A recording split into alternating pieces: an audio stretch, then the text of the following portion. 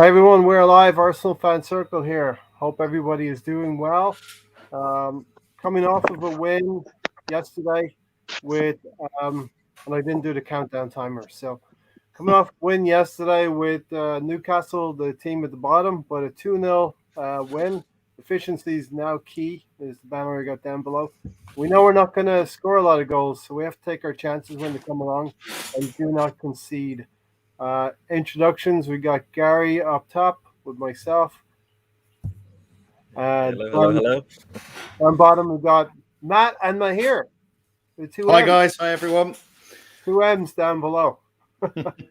So we are Yeah, what's happening, guys? gonna get settled in. How are you, Mahir? Let's get your initial thoughts, Gary, on the game. I know you're not going to be with us, but probably a little bit over an hour, maybe a little bit under an hour. But get your initial thoughts in yesterday's game, Gary, and then we'll get into the food. Well, like we said last week, that game's going to be a barometer of where we stand with the big boys, and this game is going to basically tell us where we are with our own style of play. And so I think we got some answers, some questions answered. We got the win, we got a clean sheet, so we're happy there. You guys were asking me why I was kind of like a little somber when we were sitting in the back room, and it's because it's like you said. Our opportunities don't come, but when they come, we have to be clinical, and we saw that. Some of our players just aren't there yet. Some of them, we're not expecting them to be right now. In the future, they will be, but the ones that we do expect to finish off these opportunities just aren't there. Starting with the man with the armband, and maybe we'll get into that a little bit more. But yeah, so happy with the 3 points, happy with the clean sheet, happy that we saw Martinelli sighting, and we got to see something good there. So yeah, don't know if that answers questions or if that confuses the situation, but I don't know what more he has to do. So we'll see if that makes a difference as to how often we see him play, because he came in, played well, did what he's supposed to do, and scored. Something we're not getting from our starting striker. So what do you say? But yeah, so like I said, I'm still reserved. I'm happy, but I'm still like, what, we still got a long way to go again. That's all that game really answered for me. We still have a ways to go. Yeah. Listen, while you're waiting, people, we're going to get into a little interactive quiz very soon. But let's get the initial thoughts also of Matt. Yeah, do you know what? It was a bit of a frustrating game. I can see where Gary's come from. I was hoping for us to completely sweep them aside in clinical fashion, and was hoping for us to go out there and really put the burners on, and kind of show them what we were all about after that Liverpool game. A bit of a frustrating first half. We didn't really get going, did we? Second half, we kind of picked up a little bit, but we got the 3 points, which is what matters. We got the clean sheet, which is great. They didn't really trouble us, which you wouldn't really expect them to do so much. Bit of rough and tumble. But yeah, it was a bit disappointing, I think, in the way we went about the game. Like I say, really, we probably should have had that game, or we would have wanted to have that game put away well before first half finished, really. So yeah, a bit disappointing, obviously, with Aubameyang missing a sitter as well. With Gabriel Martinelli coming on and scoring that wonderful goal, I think it will certainly put some questions to Arteta about whether he now drops Aubameyang and gives Martinelli a chance. So that's a positive for me. I think the fact that he came on, got a good half an hour run and managed to get a goal, I think that'll be a big boost for his chances to get a run in the team.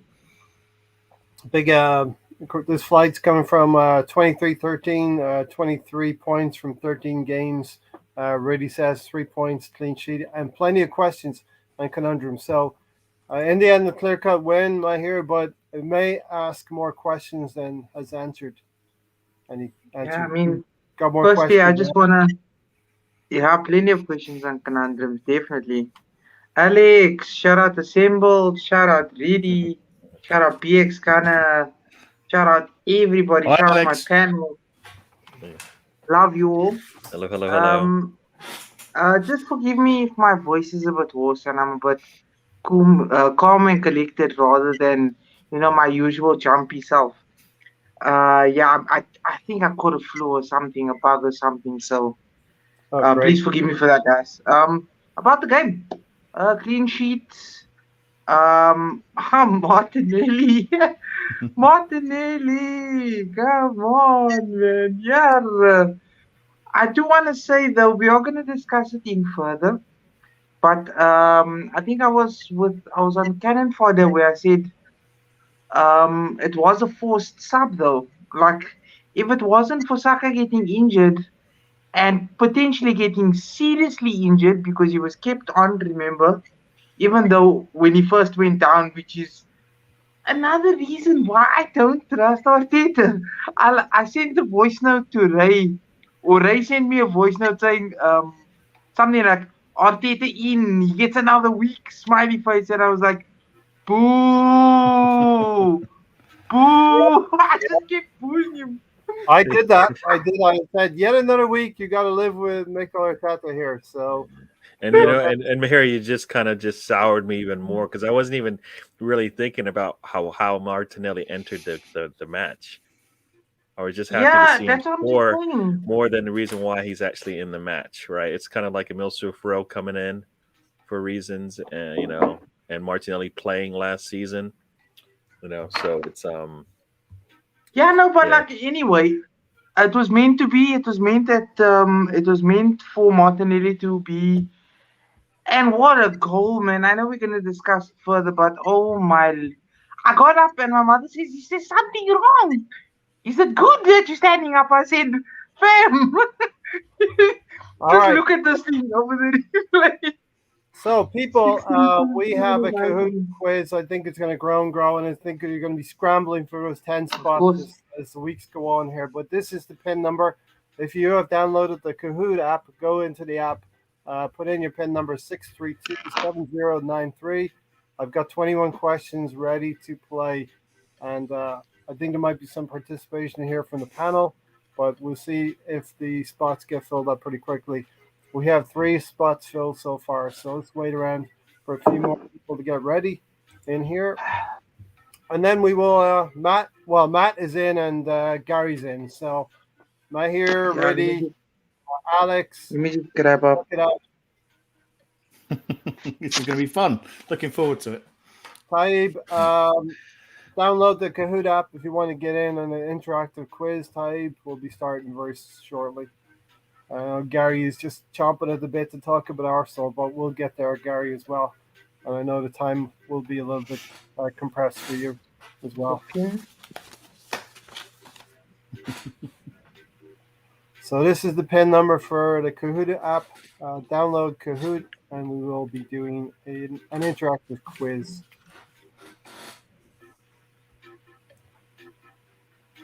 Rids is in.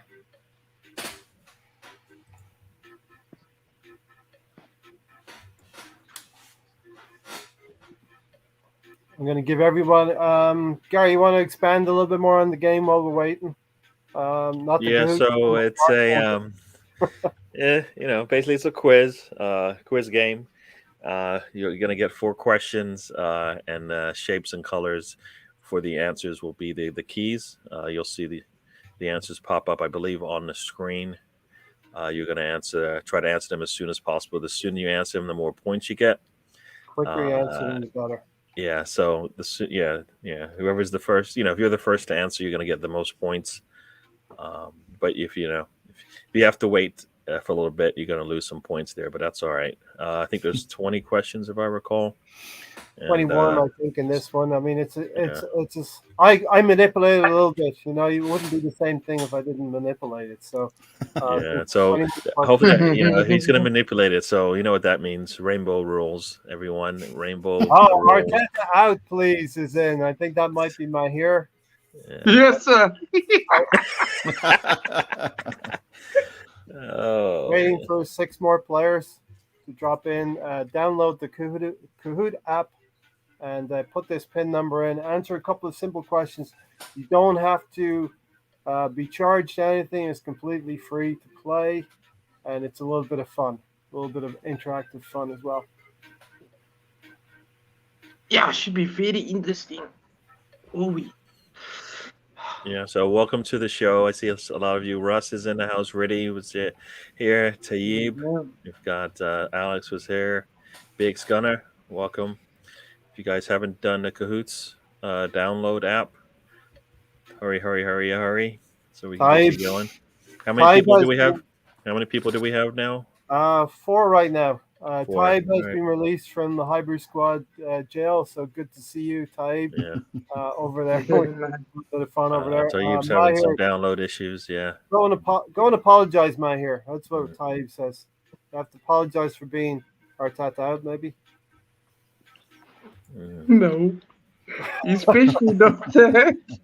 All right, so right now we still have 4 people Steve. in the Kahoot app.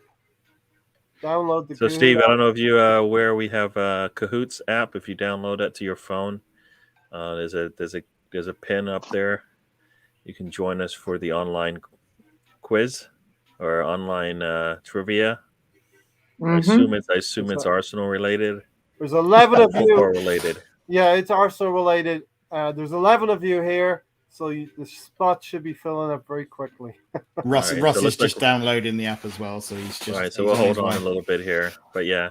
You know what? I saw some posts. You know, the Arteta out brigade is not out in force, but you know what?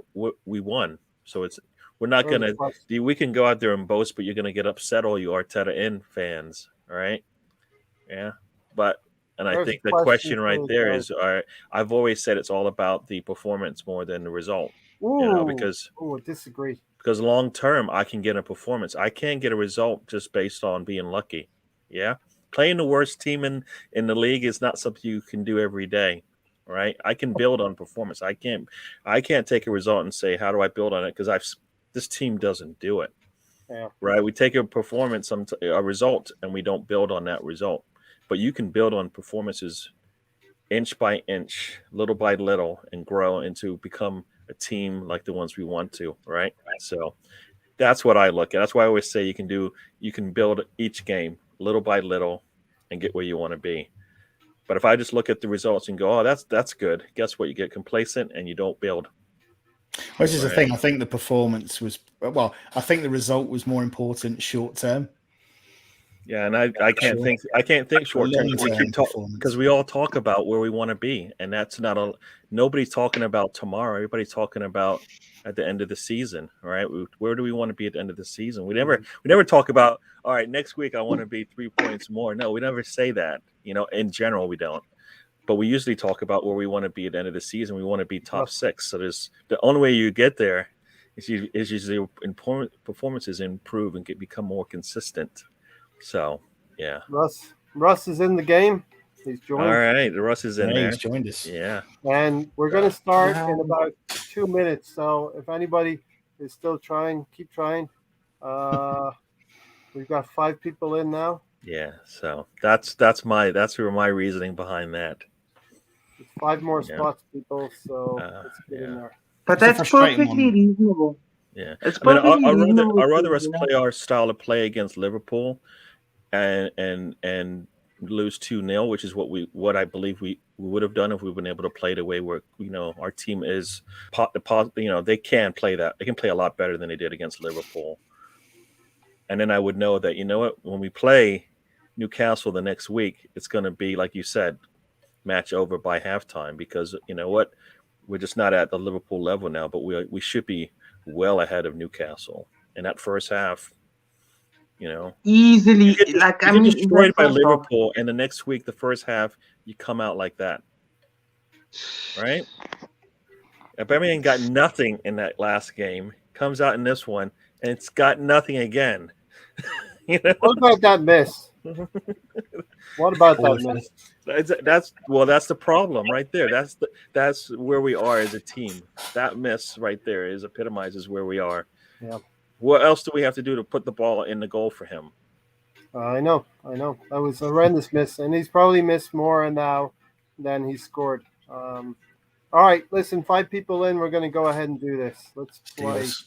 Let's play.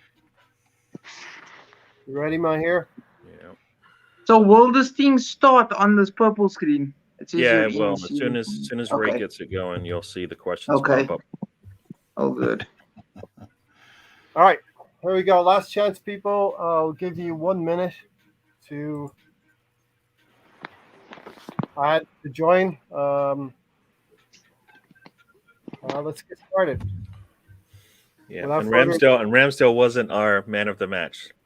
Positives all around. Yeah. Yeah. All right, here we go. Let's start. You're gonna enjoy this game, and those people who are in, good luck. Let's I go. want to see my hair. Ray, I want to see my hair. Is he in? I can't see him because Yeah. Question number one. Hold on a second. Oh, All right. gosh. You want me to go back now? You want me to hold on to that? I'm everyone guessing here. I'm guessing here. So. Oh, I got to take off the.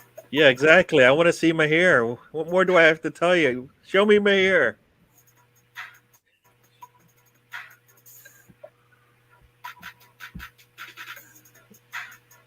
Oops, I think I pressed the wrong one. Still hiding my hair from us. Right now, better. I can't see my hair still. You got a banner up. Oh, okay. Oops. I know I'm being that's picky, the first but I like. question wrong already. Oopsie. I got a banner up. I got to take the banner off. There we go. I can see my hair. Oh, all is good. All right. So we're up to the next question. Okay. There we are. We have all the answers in. I knew I'd get that wrong. Yeah, me too. Who assisted that Bergkamp goal? It was Robert Perez from the left-hand side. I did not know that one. Yeah, I pressed the wrong button on that one. Oopsie. Oh, okay. Yeah. That's what I did. Reddy's off to a great start, and Russ second place. And the panel have some making up to do. Here we go. Question 2 of 16. Which team did we sign Laka from? Atletico Madrid, Lille, Marseille, or Lyon? I believe I got this one right, but then I think I think so. We'll find out. All the answers are in, right? 5 answers are in, so I guess I can skip. Let's see. It'll give me 5 answers. Everyone correctly answered Lyon.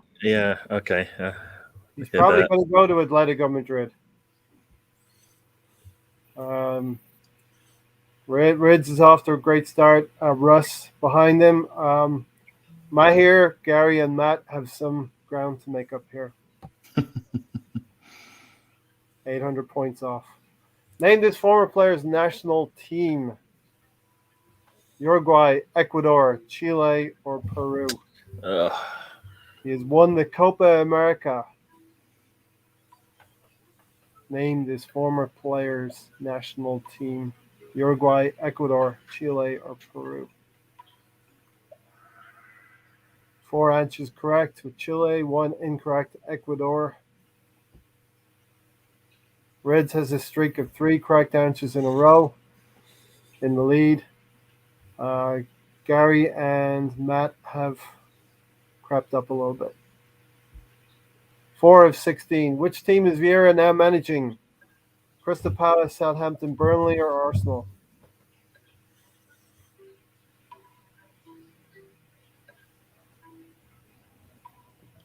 Waiting for everybody correctly answered Crystal Palace, and unlucky, I think, not to get a result yesterday against Steven Gerrard, who's Aston Villa are picking up speed. Orgy Boy has a streak of 4 correct answers in a row. Well done, bro. 5 of 16. Anagram of this player. Kayak, Kiss, OK Bu Casa, Yubasak, Botkoi Aska. Oh, gosh. Take your time. It's more important to get it right than not.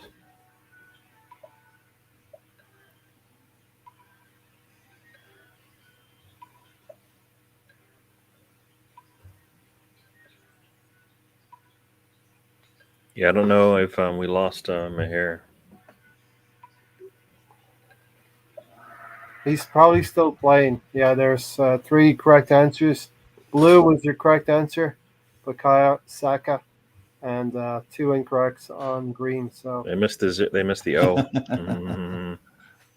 Reds, Gary is creeping up there. Russ needs to do some work. Russ, Mahir, come on, Arteta out. You're playing with that handicap of Arteta out. If you're Arteta in, you get better points, Mahir. Question 6 of 16. What was Emil Smith Rowe's Bundesliga loan club? Schalke, Nuremberg, RB Leipzig, or Dortmund? Oh, Loving What these was Emil questions. Smith Loving Rowe's it. Bundesliga loan club? oh man. Schalke, Nuremberg, RB Leipzig, correct. So whoever answered Nuremberg, a town, city I love, Nuremberg. Rids in the lead. What? What? I thought I answered that. Must have Did. clicked it wrong.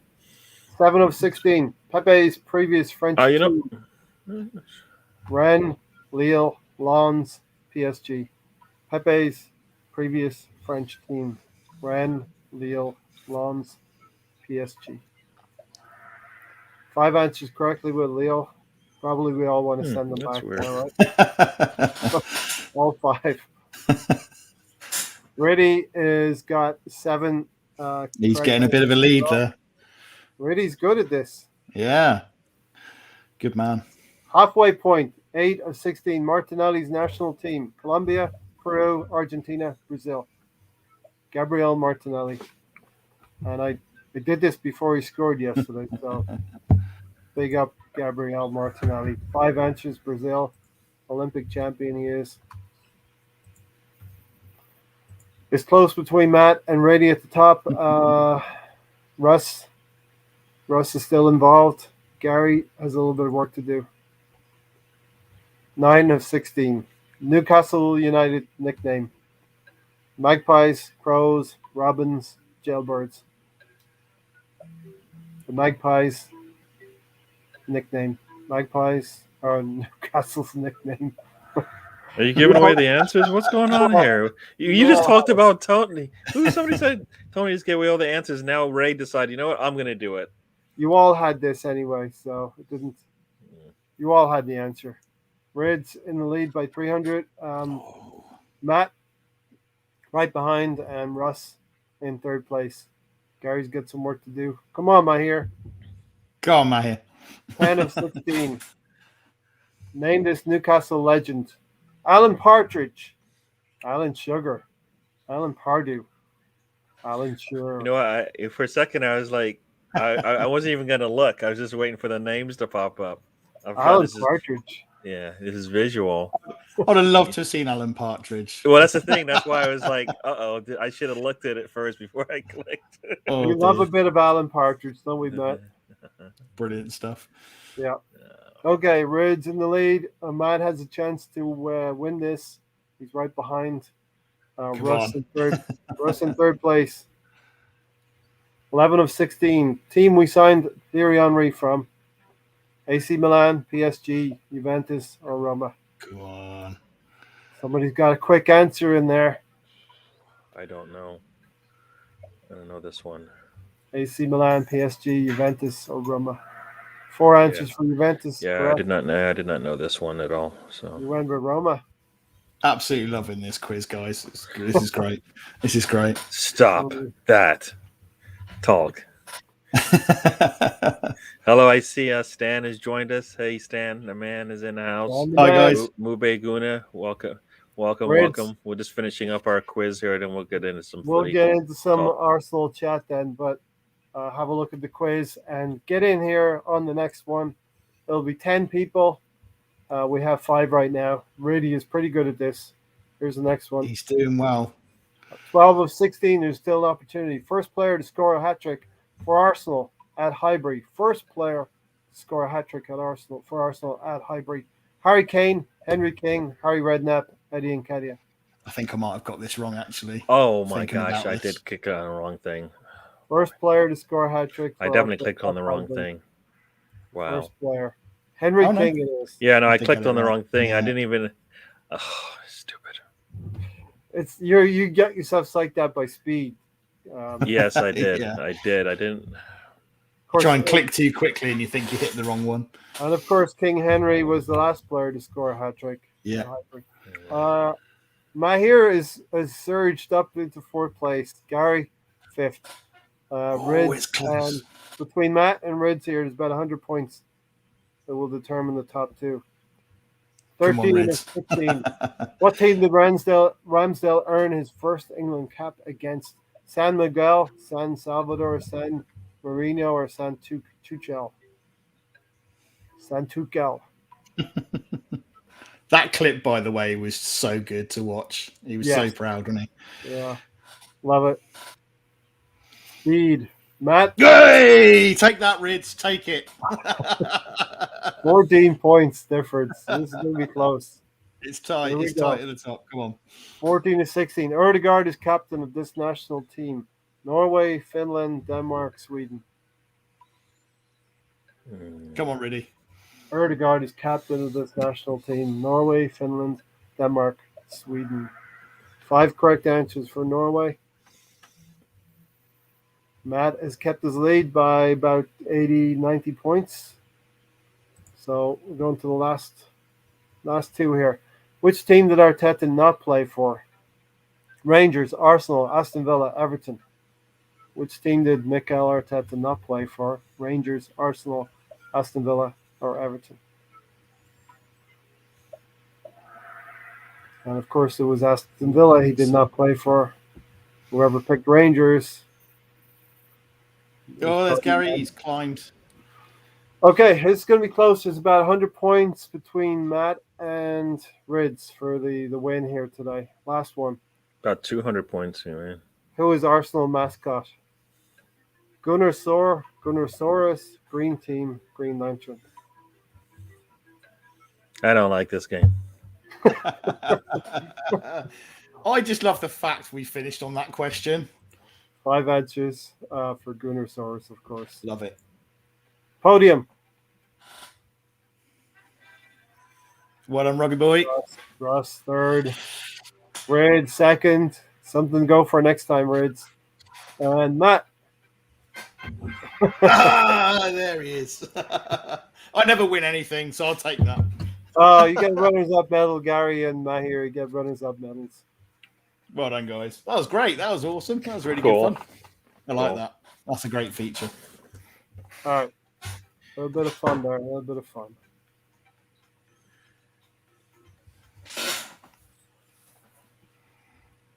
Okay. So let's get back to business at hand. And we'll figure out the format here. What's best to do here? You know, game first or game later? What are you talking about? What else? What else is there to talk about? Quiz first or quiz later, Gary?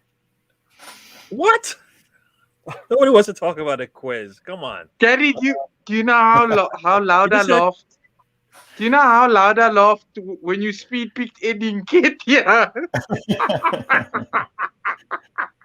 I was the first one to pick him. Oh my gosh. I was thinking, did we have Nketiah back in the days and he aged backwards like Benjamin Button? Ready, second place. Matt, first Good place. on, Riddy. Good up. Quiz. Oh, Well that was fire. Yes. Ready, bottom and lead like Spurs.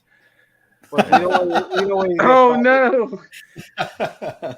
Gunnar Saurus, I thought they sacked the mascot. He's probably still without a job, but maybe we'll send them some residuals to assemble. Yeah. You know? I want to still. Stan, if that's how you feel, I'm not gonna do another quiz because I'm not gonna be 100%. Assembled, really? Denmark, really? Come on. I could do it as San Miguel, said Russ. Okay, let's get down to the business at hand, Gary. Start us off. You want to talk about Arsenal? Here we are. We're talking about Arsenal. Yeah. So like I said, we got the win. We'll take the 3 points. We got a clean sheet. Ramsdale did his job. Backline did their job. But we still have questions to be asked as we attack and as we finish. I kind of was looking at the stats today and the things that stood out for me. Tavares had 6 shots. Yeah, I think I don't think I don't think that's the answer Arteta has for his team. Who is it? Bamyang only had what is it? He only had 2 shots. He's a striker, right? Yeah. He's supposed to be the guy that's supposed to score for us. He's supposed to be the guy that's a 20 goal a season player. He had 2 shots. Savage had 6. I don't think that's the answer Arteta is looking for. Martinelli came in and in 2 minutes got a shot and a goal. So, and as Mahir said, which basically kind of soured me even more, he probably wouldn't have come in if Saka didn't get hurt, which I'm hoping is just a little. You know what worried me more than anything, Gary? You guys know what worried me more than anything else? The fact that when he started to struggle, or when he picked up that and he was niggling, he sat down. I would have taken him off immediately and leave the guy on to further get injured. Then you want to give us a heart attack to think, okay, if he's on further, it can, what's the word, man? Not exude. It can further stretch injury. And you can't bring a play on that quick, even because that wasn't planned. That's the problem. It wasn't even planned. So even if he called, I think he started talking. They were talking. You could see on the video. I saw it. I did a review of the game today, and at that point, he was talking to the coaches. But it takes a bit of time to get him in, and he was probably deciding also who to bring in. You know what I mean? Okay. Like typically, I'm thinking who you're going to bring in certain situations, right? If Saka's coming out, or if anybody's coming out for that matter, you should know already who's going to come in, so you don't really have to be concerned with it and spend so much time on it. And that's the problem. I don't think he plans ahead sometimes, right? But don't call it the master stroke by Arteta then. You can't call that a master stroke. No, I'm all happy Somebody with said that beautiful Martinelli. substitutions. I was like, a master stroke. I was like, fam, are you having a stroke in your head? No, but you know what? Martinelli is the only thing that's the positive there, is that Martinelli came in, actually, and he said it afterwards. He said, I just want to come in and play. When I get in there, I'm going to give you everything I got. And that's what we saw. Yeah. Right. So that's the big positive we should take from all of this, regardless of how he got in there. I do. If that was Pepe coming in, it would be the same thing, because he probably doesn't plan for Pepe to come in either. Right. He typically goes defensive anyways, no matter what's going on. So the fact that we put in guys for attacking purposes is a plus in this particular scenario. Well, Gary, such a humble, and Matt, I'll get you in as well, and my here. Gary, such a humble player Martinelli is. Mayer hit on something, the lack of intelligence from the coach, but also the lack of intelligence from our own players. When Saka was injured, they continued to play the ball to Saka on the right-hand side. Now, I'm going to talk about Martinelli and Saka and the intelligence of their runs for the goals, but the intelligence of our team was lacking when one of our own players was injured. You just exasperating the injury was what Mahir's the word you were looking for, Mahir. Where's the leadership? Leadership. Sorry, I just jumped in there. Go ahead. You got only about 30 more minutes. Yeah, no. I'm trying to get it all in now, but really, that's enough. What you described there was the leadership that's lacking on the pitch. Yes. Oh, right. It's by committee. There's no one leader, and you're gonna hate me. You're gonna hate me for saying this. A lot of people are gonna hate me for saying this, but our midfield has not been brilliant in the last few games, and there's a player. Nobody will hate you for saying that. There's a player who's breaking his neck to be fit again for January, and we can't say that he can't come back into the team because there's certain parts of midfield that have not been brilliant in the last few games. Look, even our best quality midfielder in Thomas Partey has been poor. It's heartbreaking to see that a player of such high quality, because it may be because of the team, certain players, like for example with Pepe, right? I say it's an example of very poor management in all, with coaching staff, with Arteta, with everybody, with Pepe, because now it comes to a point where it's like people are saying we need to get rid of Pepe. It's just flopped. Take anything you can get for him and move him on. When it's been I mean, it's been an example of very poor management. Pepe's barely gotten any time, and then they base off the little time he has by saying, we paid 75 million for him. Oh, what a waste of 75. He's 72. not even worth. You see, it's like that. Yeah. A victim of circumstance. That's what I was looking for. He's a Okay. victim of circumstance. You sample said, Reddy, what you saw and what Arsenal say happen is two different things. But is Martinelli fit to play 90 minutes? Fit I to play think this is the 90? plan. I think it's the plan to integrate Martinelli into the team. We're So gonna need him. Matt, for me, Saka goes off, and this is just me. I would think Pepe comes on, but I think Pepe is going to be away for the AFCON, so I think Martinelli may be the plan to integrate him into the team. Mm-hmm. Yeah, I think you're probably right there, to be honest, Ray. I think it's quite telling, in a game like that, that Pepe doesn't start, but then also, when you do have an injury, that he's not going to come on and get any minutes. I think that sends a pretty strong message out to everybody as to what Arteta thinks about Pepe and maybe what his plans are for him going forwards. I think he clearly is probably having issues with him, and I think he will be moved on.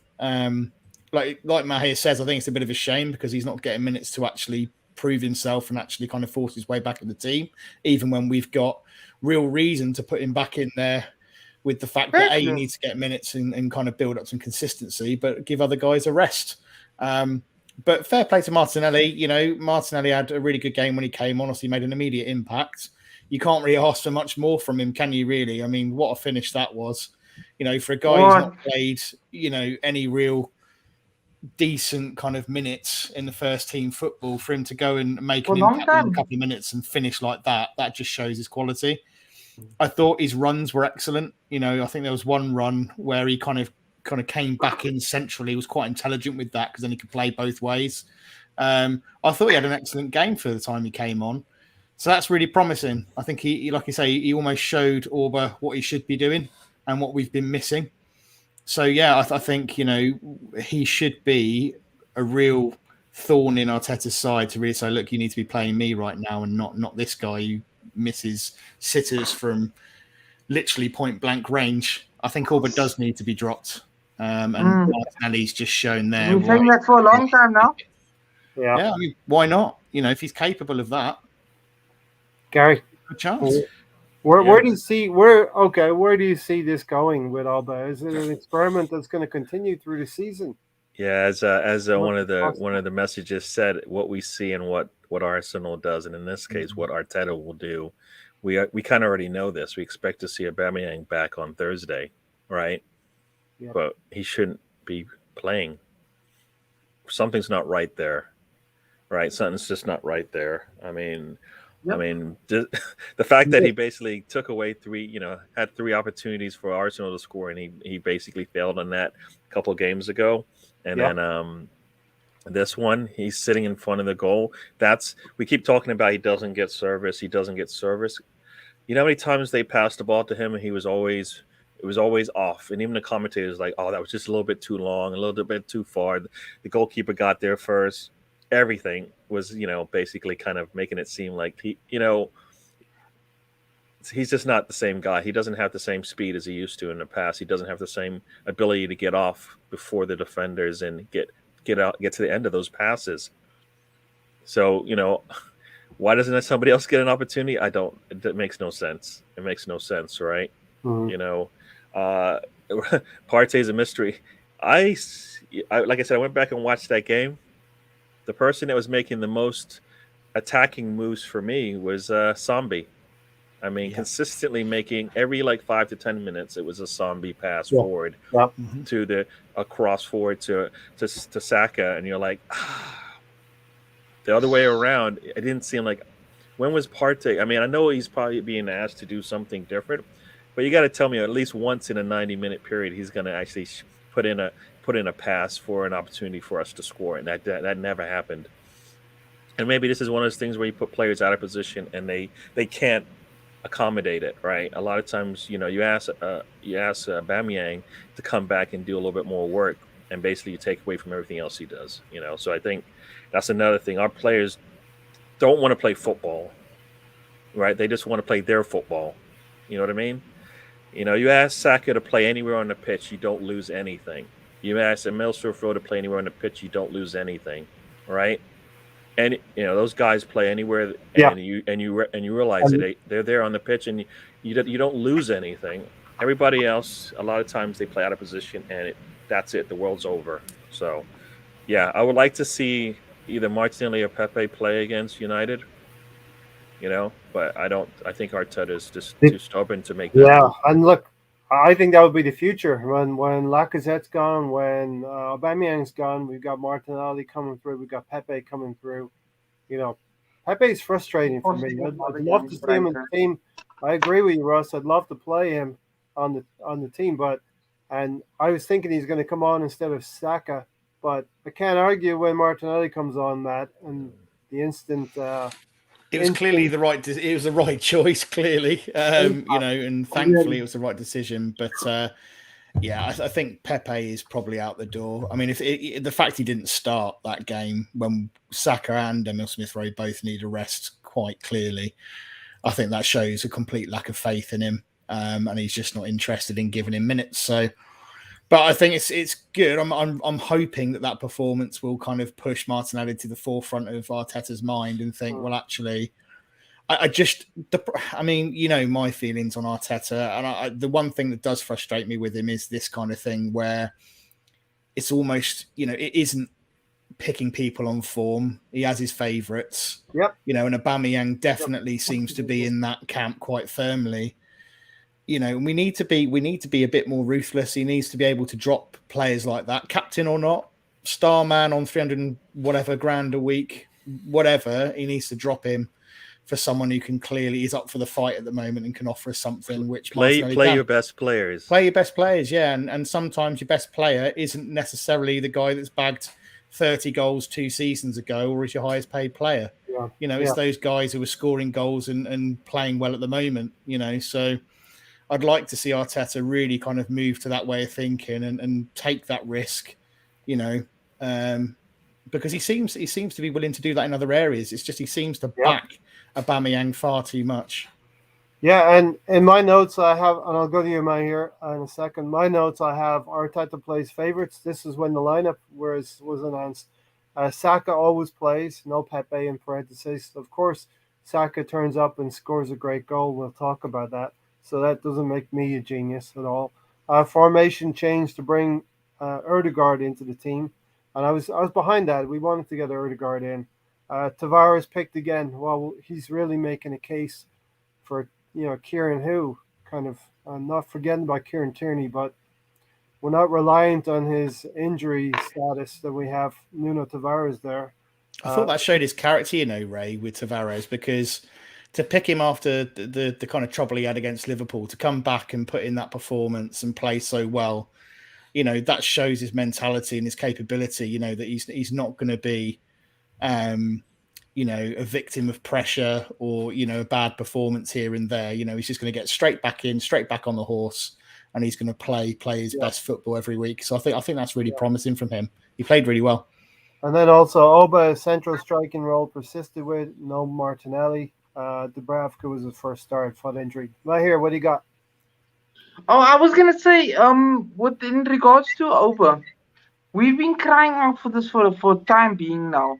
I was gonna make an example where in the workplace, say for example, your manager can see 2 or 3 of his staff, the people underneath him, are struggling and they're making mistakes.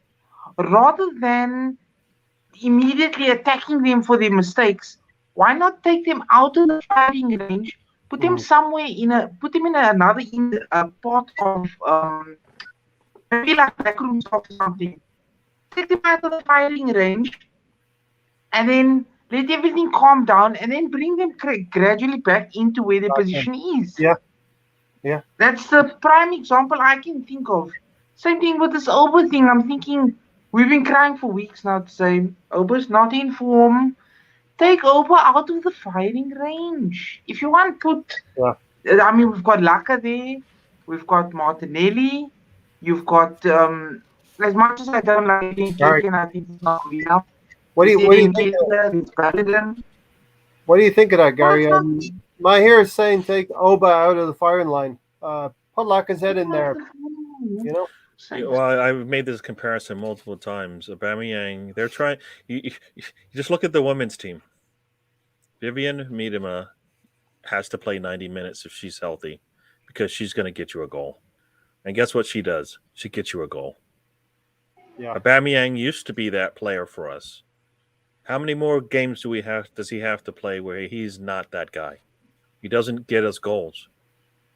What outside of us hitting the ball off of him and it go in the goal, he's not going to score. I've seen. That's the only way it's going to happen. How often is he going to be sitting in front of the goal, either being late on the pass, totally missing, come off the wrong foot, the wrong direction? What's wrong with him? What's wrong with him, Gary? You know what? I think one, he's older, and two, you lose a step, and then basically everything falls apart, and you can't do all. I don't think he can do all the things Arteta wants him to do. So it's just everything is weighing down on him. He's probably reading the clippings, $350 a week, giving us nothing, right?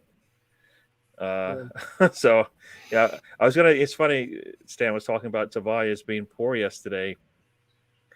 Like I said, the first thing I said is he took 6 shots. I don't think I want my left back taking 6 shots. And if you looked at the shots, how often were you going, "Oh, that was close"? I don't think I said that too often. Was it, Gary? Was it a consequence of what Newcastle were giving us? Because Tomiyasu on the right hand side had a couple of opportunities as well. Well, no, yeah, looking at the stats here. Tobias had 6, Tomiyasu had 3. I mean, I don't necessarily think that's where we want our shots to come from. That's almost half. No, but isn't that what Newcastle were giving us? They are not good shooters. No, That's why they allowed Tavares. No, they allowed you to do a lot of things. It doesn't mean you have to do it. To be fair, I've seen Tomiyasu take shots previously, and he's not too bad actually. And we're not even talking about shots from inside the box. We're talking about shots from distance. Yeah. You look at Shelby's shots. Yes, 2 days ago, 3 shots all on target from distance. Maybe between the two, by the 9 shots that they took, maybe 3 of them might have been on target. Might have been. I don't even think any of them were a save or touched by the goalkeeper. They're either wide or high. Yep. So for me, if I'm going into this match and I know my players, you always give a player like that all the space they need, because they can't shoot. That's what you do. And I think that's what Newcastle did to us. They allowed our. So then you don't take the shot. We have to hold on to possession of the ball and get it to your players that can make maybe because you saw at one point in the game, I think it was where Tavares basically he passed it off to Milsuf Rowe, and then he took a cut into the box. And what happened? What happened when he did that? Right? Made a quick turn, pass to Saka, goal.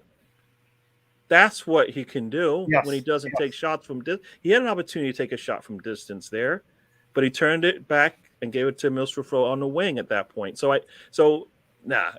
They 9 shots from your right and left back. I'm sorry, that's not how we're going to win these games. I'm sorry, no, not right now. They haven't shown the consistency to make those shots. Right, I know Shelby's shots were pretty much from in front of the goal and maybe a little bit easier to put on target. But they were really nice shots. To be fair, though, Gary, I think that's more of a reflection, particularly first half, of our attacking front line. I mean, they didn't really create or do much at all. Yeah. And I think the fact that, our defensive line, we're actually putting in more shots than our offensive lot, then I think that says really a lot about that. It probably says more about them than it does our defense and those 2 players taking shots from the outside of the box. You're telling me when they had enough space to take that shot, they couldn't have stepped forward and brought the defense to collapse towards them and maybe pass it to one of their attacking players? You tell me they couldn't do that? And this possibly, I can't remember, Gary. Without they had tons of space and they didn't have to take the shot. Is what I'm trying to say. Yeah, and they can work within the system that Arteta has set. We always talked about in the past, maybe walking the ball in and stuff like that. You're playing a team that's 20th in the league, giving up 27 goals. You should be able to walk some of these goals in. And this is a consequence, Gary, of maybe a younger team. We're going to have to suffer this a little bit if things aren't going right. I mean, Wenger would never have stood for us shooting like that. He would want more quality chances to arrive to the forwards. But I think this is a consequence of youth, Gary. Well, it's also instruction as well. I mean, you know your players, right? You know what they can and cannot do. You put them in situations, and like I said, I seen this in other sports. If you know you've got players that one, you don't know if they can shoot, or two, you do, and so you give them what you. Sometimes you take what the defense gives you, and sometimes the defense gives you what they want. See, right? This is what Ray said here. Newcastle were defending the attackers; they were not defending the defenders. And on the right side, Gary, Saka was double teamed all of the first half. It's why you have to. A lot of times you have to move. And how often were we moving the ball? And I don't mean just Saka being double teamed and moving. I mean all four attackers moving, right? And I think a lot of times in that match, we saw a lot of players just standing there waiting for a ball, and it's like, wait a second, this is professional football. Everybody should be getting into spaces. Making the defense work. The defense doesn't have to work if you just stand there. This is where maybe Aubameyang slows things down as well, Gary. He's very stationary. Lacazette would be more mobile. He's never in front of our attackers. Often are you looking at see our attackers, and then you'll look and Aubameyang's behind them, and I'm like, wait a second, how is this supposed to work? I mean, come on. At some point, can you get up there so we can get the ball to you? I think Aubameyang does be at the tip of the arrow, top of the pitch, but I think he's not mobile enough to show for quick passages of play. I think Lacazette, we'll get into maybe the United game a little bit later. Tommy does need to shut down Ronaldo next. So he's done it before. Gary, 41st minute, Aubameyang, he's on the doorstep. He hits the upright. We're talking about this. He's got to put that away, and maybe the floodgates open a little bit more. What's funny is I kind of got upset with Emil Smith-Rowe because I was like, how did he miss that header?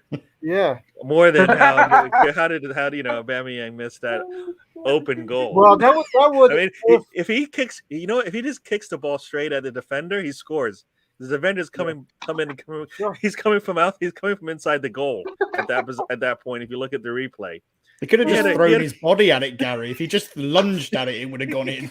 And the other thing, Gary, Emil Smith-Rowe scores there. He'd be our top goal scorer this season, and there's something wrong with that. Aubameyang has to be taking those chances when they're given to him. And against Watford, he had a similar chance, put Saka offside when he can't control the ball right at start. But listen, this was a game after 30 minutes. And Gary, I know you got to go soon, so I'm going to feed you as much here as possible. I'll leave the scraps for the rest of us once you're gone. Ramsdale and Shelby, great shot, but that shows the concentration of a great goalkeeper. After 30 minutes, I've got a feeling they're going to score against us, and Ramsdale ensures that does not happen. Yeah, I mean, from distance, I don't think too many goals are getting past him. I mean, that's when our defense is keeping them out. I mean, the best opportunities they had were from Shelby, right? Those are the best opportunities they had. And, he's done well on those shots coming at him. Even when he was late, I think he was late on the first one, or he was late on one of them, and he still got a hand there. He was late on the first one, and he still got a hand on it to tip it over. And then the other one was through traffic between legs and all of that. He got on the end of that one. Yeah. I mean, that's what, some people said, that's what he's supposed to do. I get it, but if you're never in position, then guess what? They score. And Mahir, we'll get into the Wenger documentary in a little bit as well, Reddy. Mahir, I see Ramsdale on the replay. He can't quite see the ball. He's peeking to one side, and then he's going to go all the way to the other side to get to that ball from John Joe Shelby. Just a superb save. And, he's backing up the talk from the Liverpool game where he says they had to regroup and get a win against Newcastle. I was thinking of...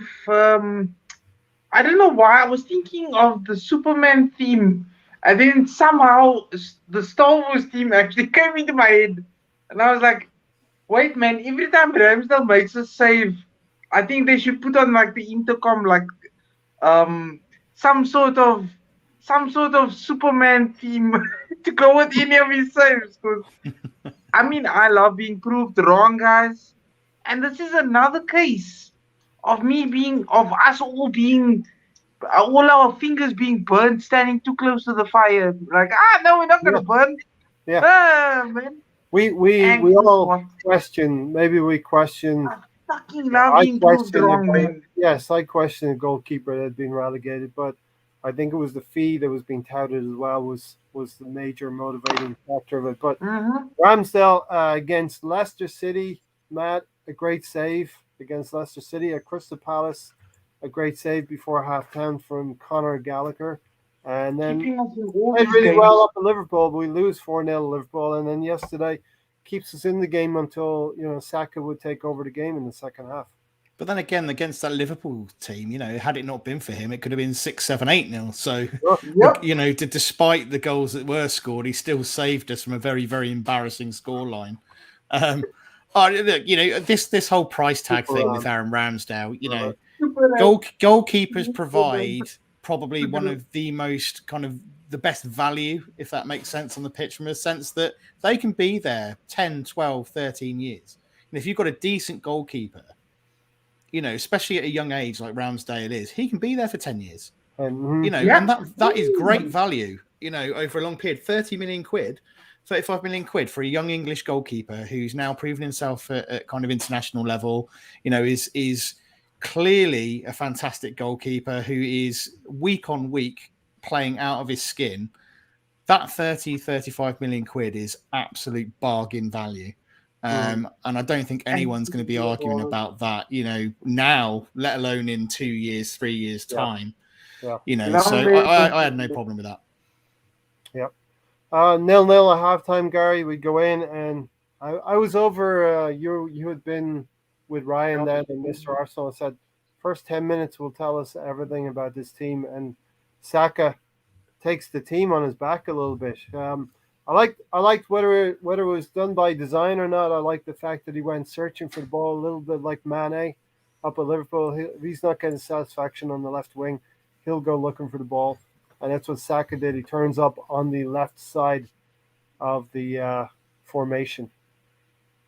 Yeah, I mean, I went back and watched the game, and multiple times Saka was decided to take it on himself. Right, on the 51st minute, he takes the ball on the right hand side. Two defenders are there. He splits them. He splits the defenders. Yeah, gets in there and puts a shot on goal. It wasn't probably as big a goal strike as he probably could have made. I know at one point the commentators were saying that Aubameyang was kind of screaming for the ball, but in that situation, if you're Saka and you split the two defenders, you take the shot, right? He took a good shot. It went, goalkeeper's able to stop it. In the future, maybe he'll be able to get a little bit more on it, but otherwise, he looked really good on that. That was the 51st minute, 52nd minute. A minute later, he puts a cross into the box. All the Arsenal players weren't expecting it. The only one that was able to get as close to it was Tomiyasu. Once again, our players aren't looking to score. That's what you got there. 56th minute is where it all happens, right? But, at that point, and this is, 10 minutes into the match, Saka, like you said, is starting to take over. Yeah. Why it wasn't there in the first half, I'm not entirely sure. Did they get tired? And I think, at some point they started to get tired. And also, if you look, we actually had, we had already given yellows to both their wide players on the defensive side, from the play that the pressure we were putting on them. So eventually they had to take things a little bit easy. But Saka took over at that point. We will get back to Saka in a second, but there's somebody somebody's name that begins with S as well. Sean is here. Sean Dyke. Good morning there, Raymond. I didn't think I was going to get a wording there with young Gary chopping away there and waxing lyrical. Wow, is all you talk about on it was Arsenal, God. So, I just thought I'd pop in. Obviously, our game against the Spurs was cancelled due to snow. So I thought, well, it's a Sunday morning. Let's see what those young men over at the fan circle are talking about. So I just thought I'd pop in and say hi. Well, Welcome, Sean. Sean, we did see you this morning, and young man is on bottom right now. I see him sat right there. Good morning, young man. How are you today, Mr. Gundick? Yo, what's happening, my guy? I'm You doing good? very well, thank you. Sean, I was wondering, I saw you this morning stepping out in Yeah. the snow trying to take Kieran Tierney's thunder. You know, you're not harder than Kieran Tierney, our own Kieran Tierney. Well, it's just a bit of snow, it's just water, really. So, I mean, why the game's been bloody cancelled, I'll never know. But yeah, I mean, you should all take a leaf out of young Mr. Tierney's book, walking around there in Baltic, Arctic weather in just his shorts and short sleeves. You've got to love the lad. He's very old school, I think. Sean, how's the snow up north? Wet or dry? Yeah, a lot of snow this morning, so our game's been cancelled. And I understand young Stanley, who's not here this morning, had us as his upset pick. Yeah, Stanley, I think, is an upset pick. What a cheek! He's feeling a little bit poorly, I think. Yeah. Yeah, we were all looking forward to Burnley upsetting Tottenham because they get battered everywhere they go, right? Were you going to give them a good battering? Hopefully, yes. I mean, we don't really like the Tottenham when they come up our way at all. They're a London club and they're a bit cocky, a bit full of themselves. Champagne Charlie boys coming up from the smoke, thinking us people up north don't know what we're doing. No, I'm not a big fan of them at all, to be honest. Yeah, do you think Antonio Conte would be able to understand you even? Antonio Conte, I mean that guy. I mean, what's he going to do for Tottenham other than just put them on a diet of ravioli? I mean, I just don't see that he's going to be able to do anything over there at Tottenham. I mean, and how he's going to be working with Daniel Levy. I mean, he's in for a bit of trouble, if you ask me. And you would never ban brew up there, right? You like a good brew, don't you? Oh, we love a good cup of tea. Yeah, we do. We love a good cup of tea.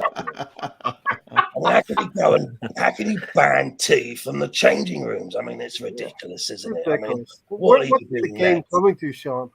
What will you be doing next? Banning pies at half time? Anyway, look, listen. Look, I've spent enough time on here with you young men, and I know that you just want to get back and talk about your bloody Arsenal, talking Arsenal all the time. So I'm going to go off now, and I'm going to go check some VAR. That's what I do in my spare time. I look at replays of VAR. I sit in a room with a cup of tea, and I just watch loads and loads of replays of VAR.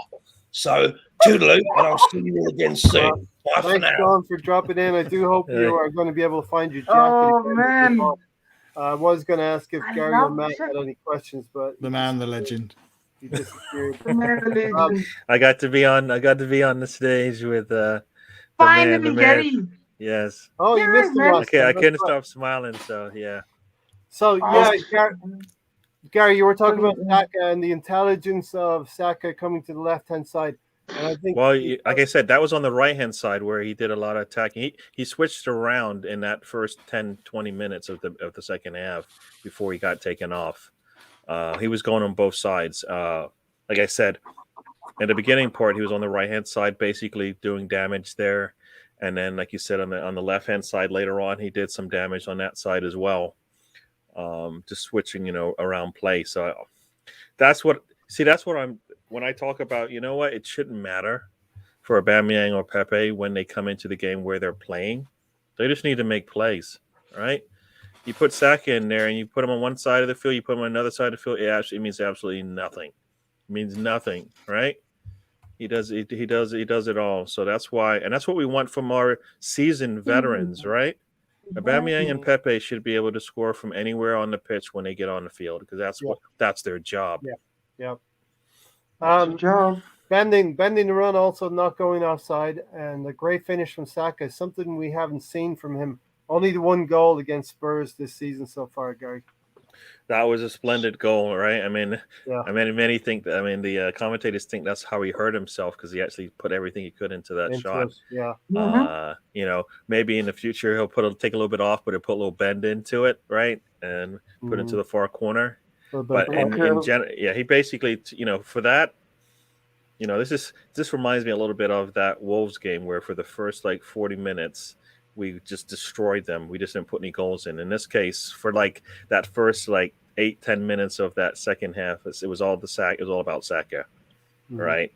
Yeah. I mean, Matt. was he scored in the 56th minute and then he was off 5 minutes later? So in Yeah, 15 he was minutes, off. he did more work than Aubameyang did for the 90 minutes he was on, or the 80 minutes he was on the pitch, right? Some have said Martinelli has done more in his bits and pieces on the field than Aubameyang has done all season. But overloading Matt on the left-hand side, and this is how teams are attacking now. You get overloads, and Emile Smith-Rowe, Tavares, and Saka were able to do that on the left-hand side. Yeah, I mean, it was wonderful to watch. I mean, it's a great bit of football. Lovely bit of link-up play down the left-hand side. Tavares plays a lovely little ball inside to Saka, and Saka's movement was excellent. You know, really, really good to watch. And it was the kind of football. It was really frustrating to watch, actually, because it was fantastic to see that particular moment result in a goal. Great finish from Saka. But you just think, if we can do that, why the hell are we not doing that more often in this game? This is what we should be doing. Yeah. You know, for the full 90, you know, why are we doing this in fits and starts? I just don't understand it. You know, we're capable. We've got the players. It's just really frustrating to watch. No, I was just going to say, what was that combination? I think was it Emile Smith-Rowe, Saka, and Tavares, wasn't it? Yeah, I mean, and usually when we put them out on the wide parts of the field, you're not going to get that much from them. Yeah. You put them together. We did that. Sorry, assembled. Where was it? Yeah. Which? Just trying to find the comment. That's what you get, Gary, when you put good players and good combinations up there. I mean, they looked really good together. You know, that play, that sequence of plays, right? Because it started with Tavares getting the ball and then kind of moving to the middle, and then Emile Smith-Rowe coming out wide. And then next thing you know, you get that combination. The ball gets to Saka. Saka gets it back to Emile Smith-Rowe to Tavares. Tavares makes that quick turn. Saka, goal. I mean, all of that, and in that space of about 10, 15 seconons happens, and they're at our will at that point. They were just chasing us around the pitch at that point. And that's what we've done before, right? And Tavares is new. Would we see that with Tierney? I'm not sure. I'm not sure because I haven't seen it, and he's played a lot more, right? I haven't seen that kind of style of play where you had the interchanging of players over and over and again, and next we get a goal. I didn't see it as much. We haven't seen that dynamic play because Tierney is basically on the sideline, up and down. Tavares will bend his runs, come inside, and give problems to defenses. Let's get back to that in a second. Matt, you want to tackle the question? I think, it's a fair question. I think defensively we've certainly improved. I think we're definitely more solid than we were. I think visually you can see that without looking at any statistics or anything like that. I think previously we were making a lot of silly mistakes and errors, and the teams were getting a lot of easy chances against us and scoring silly, sloppy goals, which they're not doing this season. I think the goals against us are better quality. A lot of the shots that are forcing saves tend to be from distance. So I think we've definitely improved defensively. That said, though, I think we do still rely on Ramsdale and our goalkeeper far too much to kind of dig us out a little bit. I think the difference is Ramsdale. Leno, I don't think would have made some of those saves. I think because of his lack of command and leadership in the box, I don't think he would have had the defense organized as well. So I think maybe we probably would have come unstuck defensively and lost a few more goals that way as well. Yeah. I think we do need to work on the fact that we are allowing too many pot shots at goal and allowing Ramsdale to kind of save the day too much. And that is something we do need to work on. But I think if Leno was in goal, I would almost guarantee that probably we would have leaked at least another 20-30% of goals or chances. It's funny because I have notes here for this podcast. 13 games, and 5 of those games we failed to score. Now 3 of them were the first 3 games. The next one would be Brighton, and then away to Liverpool. We never scored in any of those games, but in 6 of those other games we have clean sheets as well. So I think efficiency is the name of the game. Mahir, we don't want to hear this. We want our attackers to do better. But Mahir, Tavares and Tierney, what's going to happen for Man United? Well, it just depends. It depends on Frutita. Depends on what he decides to do. Yeah, there's a lot of there's not only Frotita, there's Frodegard as well. I mean, got a few ones right there in the middle. Exclude the Chelsea City game. I Yeah, mean, it's a fair comment. Yeah, yeah. I mean that's goals, fair. That's fair. Yeah. We're not allowing opponents to work their ball into the box and forcing them to go long range. Hard to complain against that. Yeah. Look, Guy, we're not allowing our opponents to work the ball into our box, and we are forcing them to go long range. A little bit like we're doing what Newcastle were doing to us in the first half. So yeah, guys, I don't know about that because in the first half, Emil Smith-Rowe had a header which got blocked, and well, for the most part, Aubameyang missed a shot. We had one clear-cut chance really in the first half. I mean, you had a good header from Emil Smith-Rowe. I wouldn't take that That away was from the him. chance. Yeah, that was the one clear-cut chance. I mean, Aubameyang should have been a clear chance. I was looking at my notes real quick, and the thing about the team, because they're still really young, and I saw further up there Stan was talking about Tavares having a poor game, and we lose the ball too much sometimes, and and that's a young team, I believe, trying to do too much, when they don't have it, right? And they lost the ball many times. Tavares is culpable for that. A lot of the team did that as well. I mean, I saw a lot of loose plays. Partey as well. Our shooting needs to be improved, and what I mean with that, we need to actually put some shots. And as I always like to say, I like you to sting the hands of the goalkeeper, right? I mean, he shouldn't be able to just catch your ball and all that kind of stuff. I need shots coming in where the goalkeeper's like, damn, right? I can't even get to that one because they put me on the ground, or there's just too much on it. I can't even get to it. So those are the types of things, and that hopefully will improve as we move along. But like I said, I think from Liverpool to Newcastle, I expected to see vast difference in our play, and I don't think I saw it. I know the scoreline was 2-0, but I expected to see more because that's where we want to be. We want to stay up in that top 6, right? The only way we do that is if we look like a 4-0 team in that match, right? Sure. There was another thing. Yeah, sorry. Before I go, many times I don't know who said this. But we don't win halves. We've not won 2 halves in a match all season, I believe. Well, yeah, right. And we had opportunities to do that in this match, and we didn't do it. Yep. And we leaned on the people that's supposed to get it, give it, give us the lead, and they didn't do that, right? So that's where, so how many times do we have to do this, right? How many times is Aubameyang going to let us down? So we'll see what happens in the next match. But yeah, I think, like I said, I'll take the win, take the clean sheet. That means our defense is solid. They didn't really get too many good looks. I mean, I know there was a call for a red card, a card in the box when I think it was Wilson tried to split the center backs and bumped into Tavares. I mean, I think he initiated the contact in my eyes, anyways, and it went down softly at that point.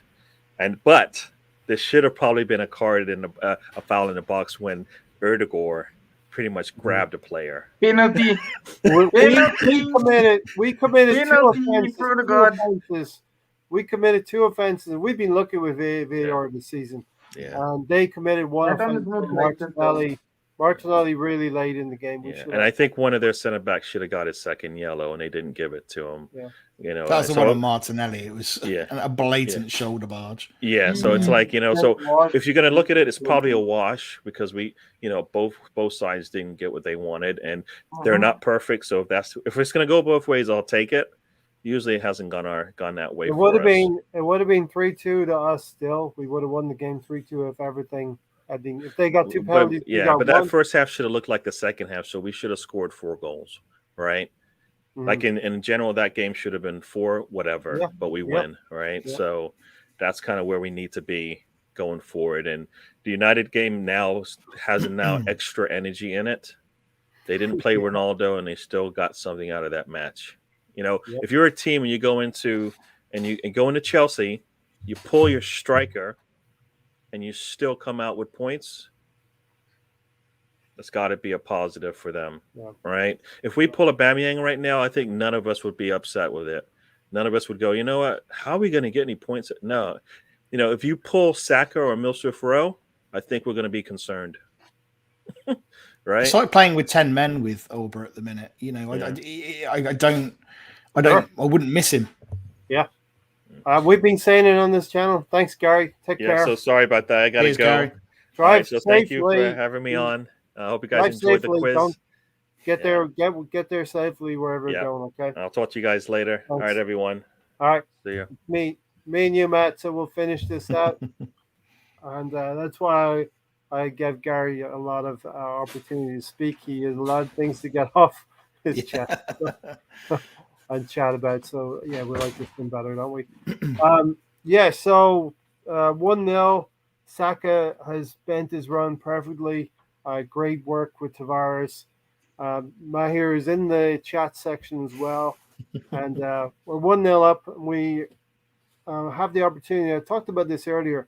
I'm thinking Pepe is going to come in for Saka, but I understand Martinelli does need to get a foothold into the season and to start getting some minutes for the team, especially in about 5 weeks from now. There's going to be the African Cup of Nations.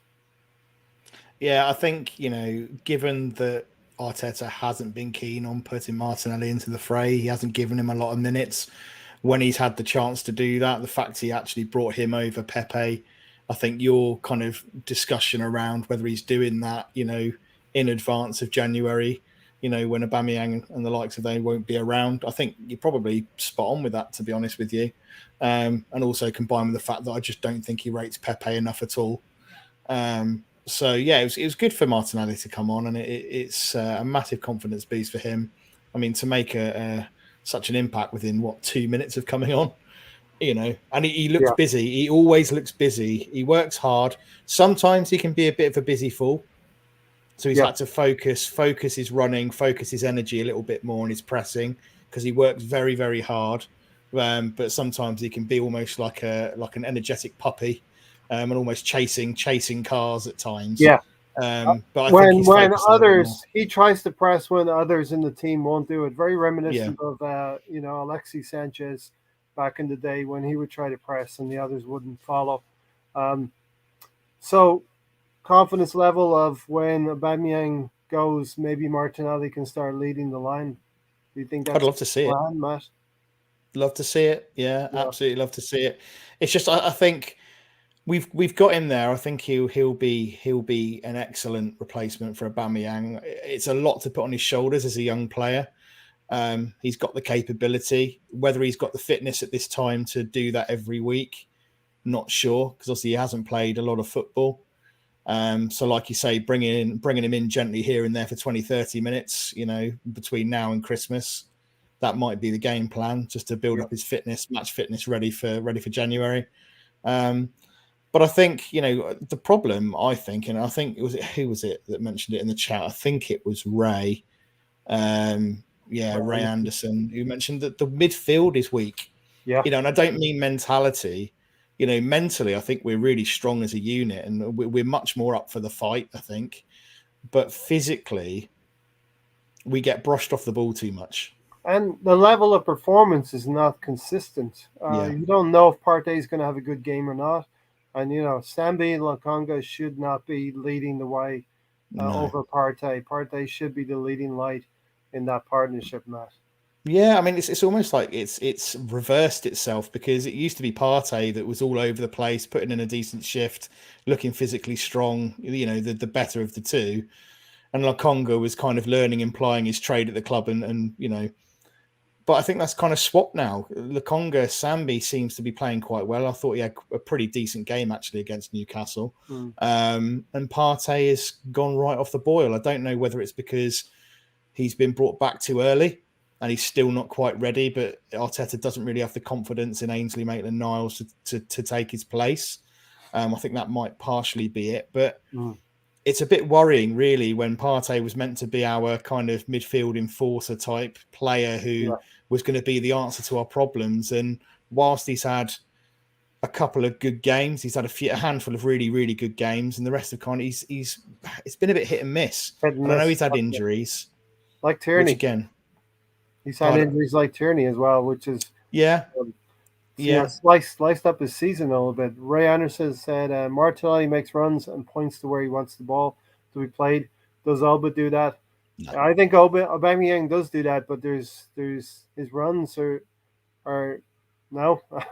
With No, I Saka, don't see. I mean, he's been better with kind of pressing and that kind of thing more recently, but to me, Aubameyang, unless he's given something on a plate, he's not the type of player that will make something happen.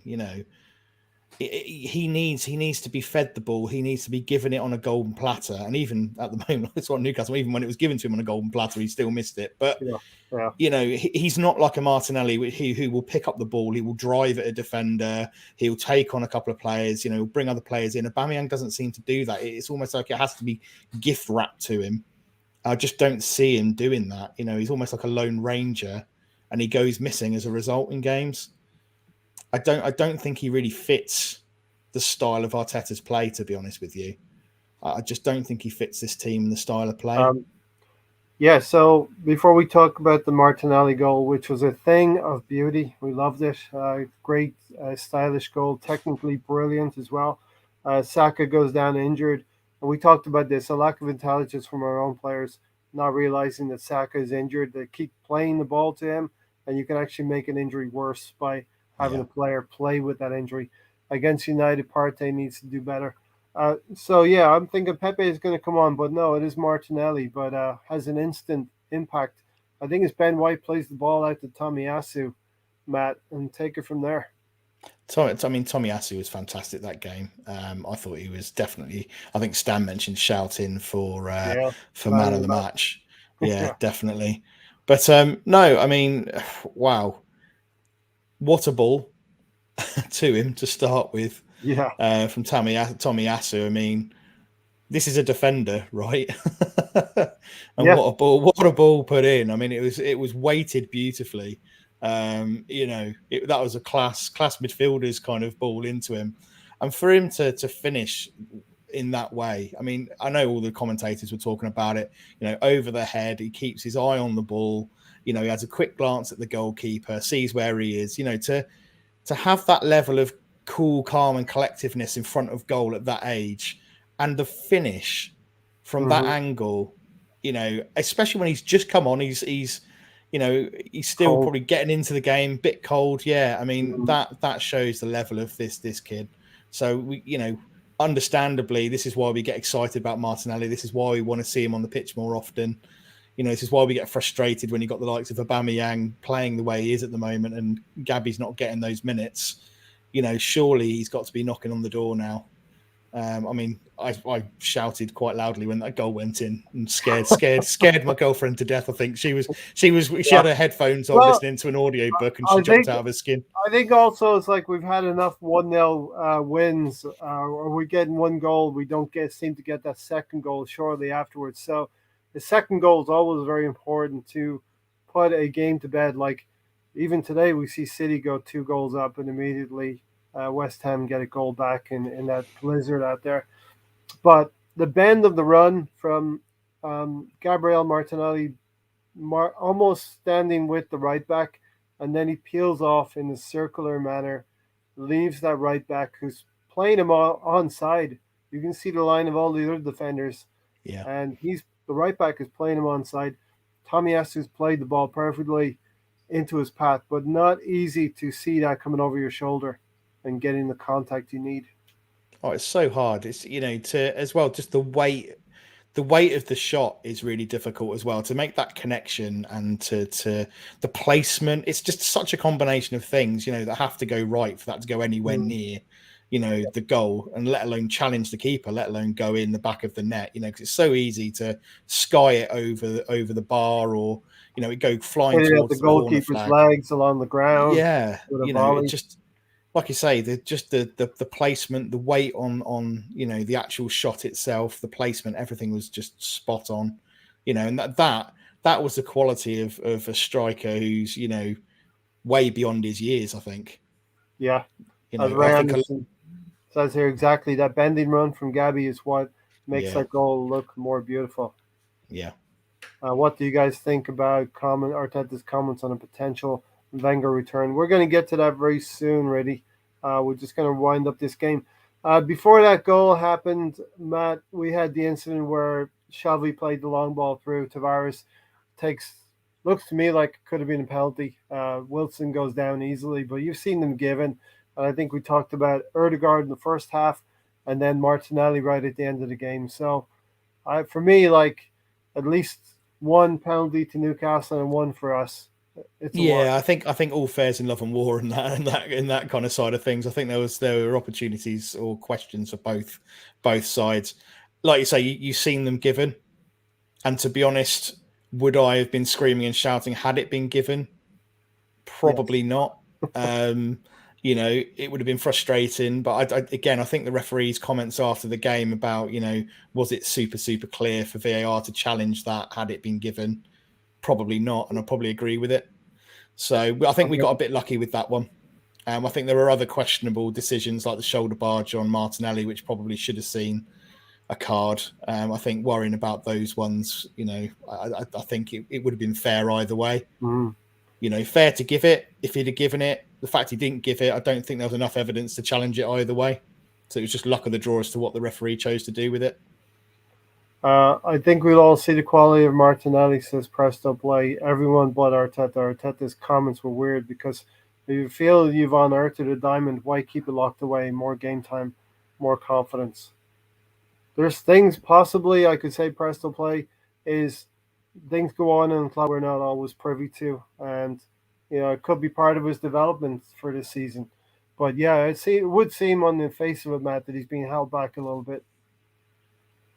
Yeah, it's a difficult one because we don't know all the factors in the background. We don't know whether there's, like I say, still injury niggles that, we don't want to bring him back too soon, as I think we've done before. I think that's probably a concern.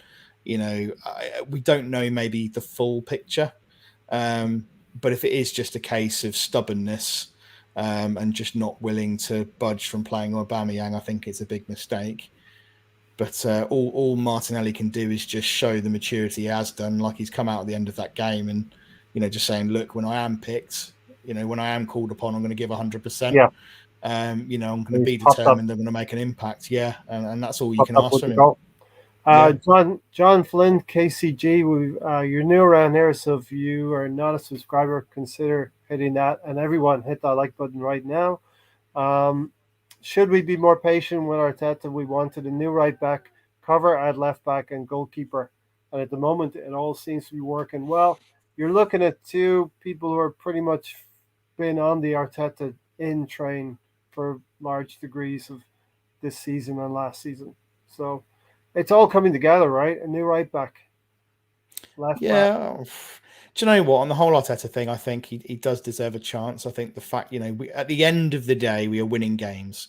We're keeping clean sheets. Yes, obviously, we're not competing with the likes of City, Chelsea, Liverpool at the moment. We're miles away from that. But do you know what? There are improvements. We are doing things better. We've still got to be able to put in a performance over 90 minutes. There's still things within the game that we're not doing quite well enough, and we're not creating enough chances or putting them away enough. But we are seeing slowly catchy monkey, I think. But I would expect us certainly to be putting in better performances than we did against Newcastle, against teams around that level in the table. But I think there's a lot of work to be done still, and a lot of development of the squad to do. But he's got his weaknesses, and we know them. He's got his favourites. He doesn't like to give Martinelli game time. Substitutions are still a problem. It makes them far too late. So that he's not perfect. He is learning on the job, but he is improving, I think. Nobody is perfect at all. So Stan, welcome in. Thanks for joining. John Flint, KCG. Stan says, should we be more patient with Arteta? We got a new right back, we got cover a left back, we got a goalkeeper. It all seems to be working right now. It's fine margins as well, though, because like we're saying, we need to be efficient with our chances and we need to not concede many goals. Yeah, I agree. I've been listening to what you guys have been saying. I was up at the supermarket doing some shopping, and I had you guys on their headphones, and I agree with a lot of what you're saying. I don't know what's happening with Aubameyang. I'm at the stage now where. How do you miss that? Pardon? How do you miss that chance? I have no idea. I think it's harder to miss than to score. You know. And I was watching the game, And because on our channel, Tanner's of the opinion that he's not getting the service and the formation don't suit him. So I was watching him very closely in that first half, and he was moving around quite a lot. He was trying to run, he was trying to get into space. But what I noticed is there's a lot of our players now, whether their defenders are working their way up the pitch or midfielders, they get a sight of goal and they're just shooting now. It's almost they're just bypassing Aubameyang. Rather than trying to find him, they're taking these wild pot shots. Tavares had about 6 of them yesterday. And when Aubameyang does get the ball, that's what he does with it. And that's a bread and butter chance that he had yesterday. Yeah. So I was like sitting and I was saying to my missus, it's almost like I don't want to pass to him because when he does get the ball, that's the thing. He's going to cock it up. Is there a little bit of that going on? Like you said, when you get passed over for the obvious chance to pass it to him, and the players are taking those shots, it's a lack of trust in his ability, I believe. I think so.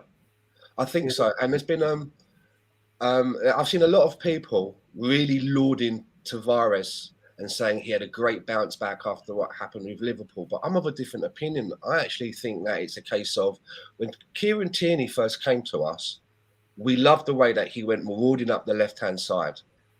And everyone was like, me included, we love this guy. And, we talk about him being a future captain. Yeah. And Tavares comes in and he's playing in a similar way. And it's almost like... rather than just being happy that we've got 2 left backs that we can call upon if one's injured or there's rotation, we have to get into this conversation now where it's either or. Who's better? Should this one be playing? Should that one be playing? And I just think that it's a case of a shiny new toy. We love to see these players marauding up the pitch, but let's think about it. He's supposed to be a left back. I think defensively he's got some problems. And it's good to see him going up, marauding up the pitch. And he did get an assist yesterday, but he's taking all these pot shots and he's leaving a lot of space in behind. And there's a lot of times where he's had to then turn around when the ball gets bounced back and goes the other way. And he's having to hair down to get back into position. Yeah. Bellerin syndrome. I think that's what's keeping him in the team, though, as well, is athleticism. And Ray Anderson, we had the coup game at the start of the podcast.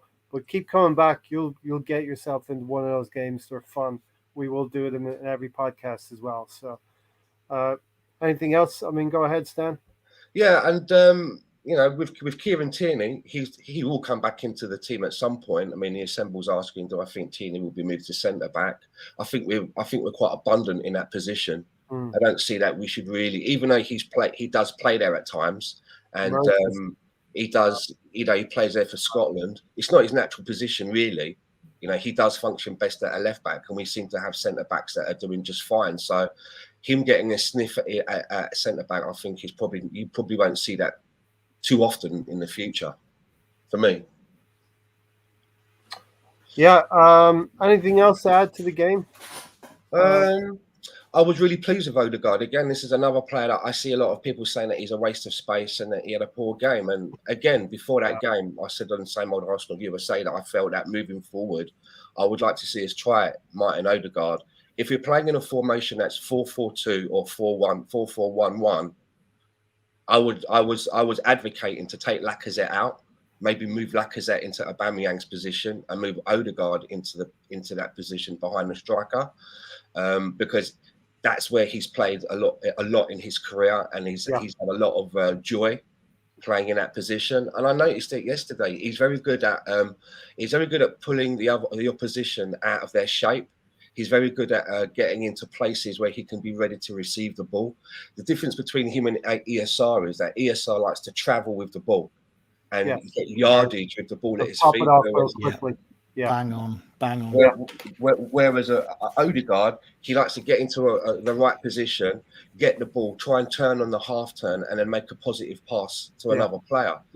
And I do think that as time goes on, you're going to see a lot more value with Odegaard in the Arsenal team if we continue to play in a similar setup, because I think he's going to thrive there.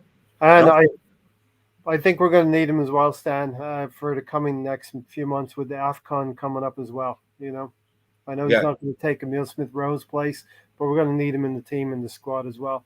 I think that this is key, Matt, what Russ has said. We're miles behind City, Liverpool, and Chelsea. and those days make you think we need 6 to 8 new players. But winning the games we should be winning, like Newcastle, you think maybe we only need about 3 players. So that's the difference in quality. Only City, Chelsea, and Liverpool have got more points at home since Arteta took over. And that's kind of what we need to be this season. We need to be the best of the rest, Matt. Realistically, we're doing that.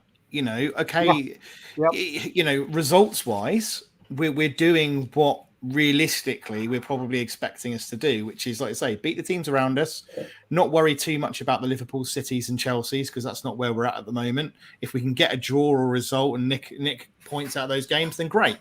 But we're not competing on that level at the moment. I think where we need to be focusing is, quite rightly, beating those teams that we should be beating, and finishing kind of top 6, and top 4 in a fantastic run. Yeah.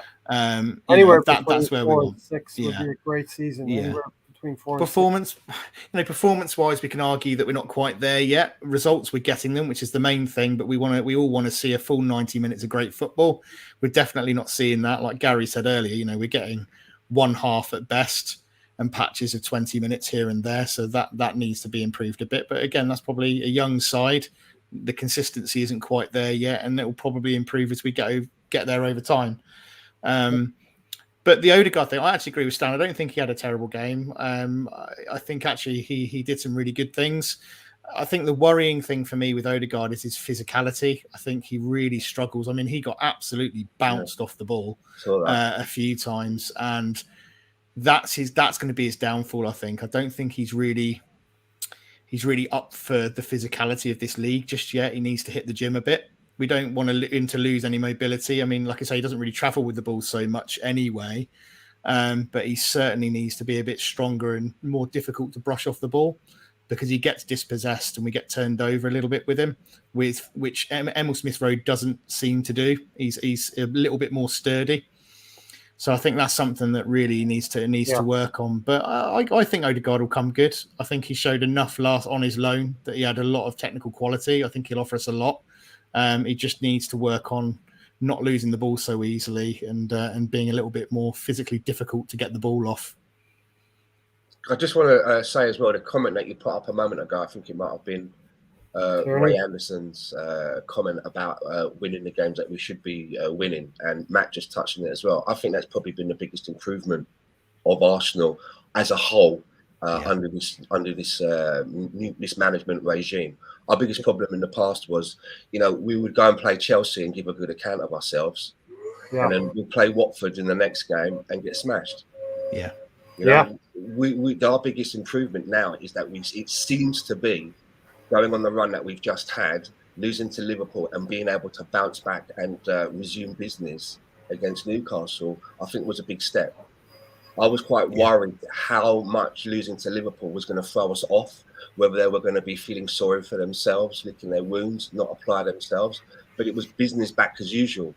And as we can start picking up points now against those teams that we should be winning against, and we get that locked down, once we know that we're doing those things, then we can start looking at how do we become more competitive when we play the so-called bigger teams. And Stan, that's why I think winning yesterday against Newcastle, we didn't have it all of our own way in the first half against Newcastle. It was difficult, and the team had to go in and figure out how they're going to redouble their efforts in the second half and come out and win that game and grab 3 points. You're not going to win every game. And Gary said, we haven't won a half of football yet. We haven't won 2 halves of football yet in a game. So, these are important steps for a young team, I think. Yeah, very much, very, very, very much so. I'm really pleased with what I'm seeing since the run of games that we've had this season. The Liverpool was a bump in the road. I'm sure there's going to be more bumps in the road because of the profile of the team that we have. We are going to lose one of these games. It's just going to happen because, look, we're right on course right now where we need to be. Obviously, you look at the table, we're joint 4th with West Ham. Couldn't be any better, I think. I think realistically, we couldn't do any better than what we're doing right now. And here's, with you in mind, Stan, a little bit, here's the checkpoints in the season. You would put a marker down at Watford. I've extended that to where we are right now with Liverpool and Newcastle. So we got 23 points after 13 games. I'm going to the end of the season, end of this year.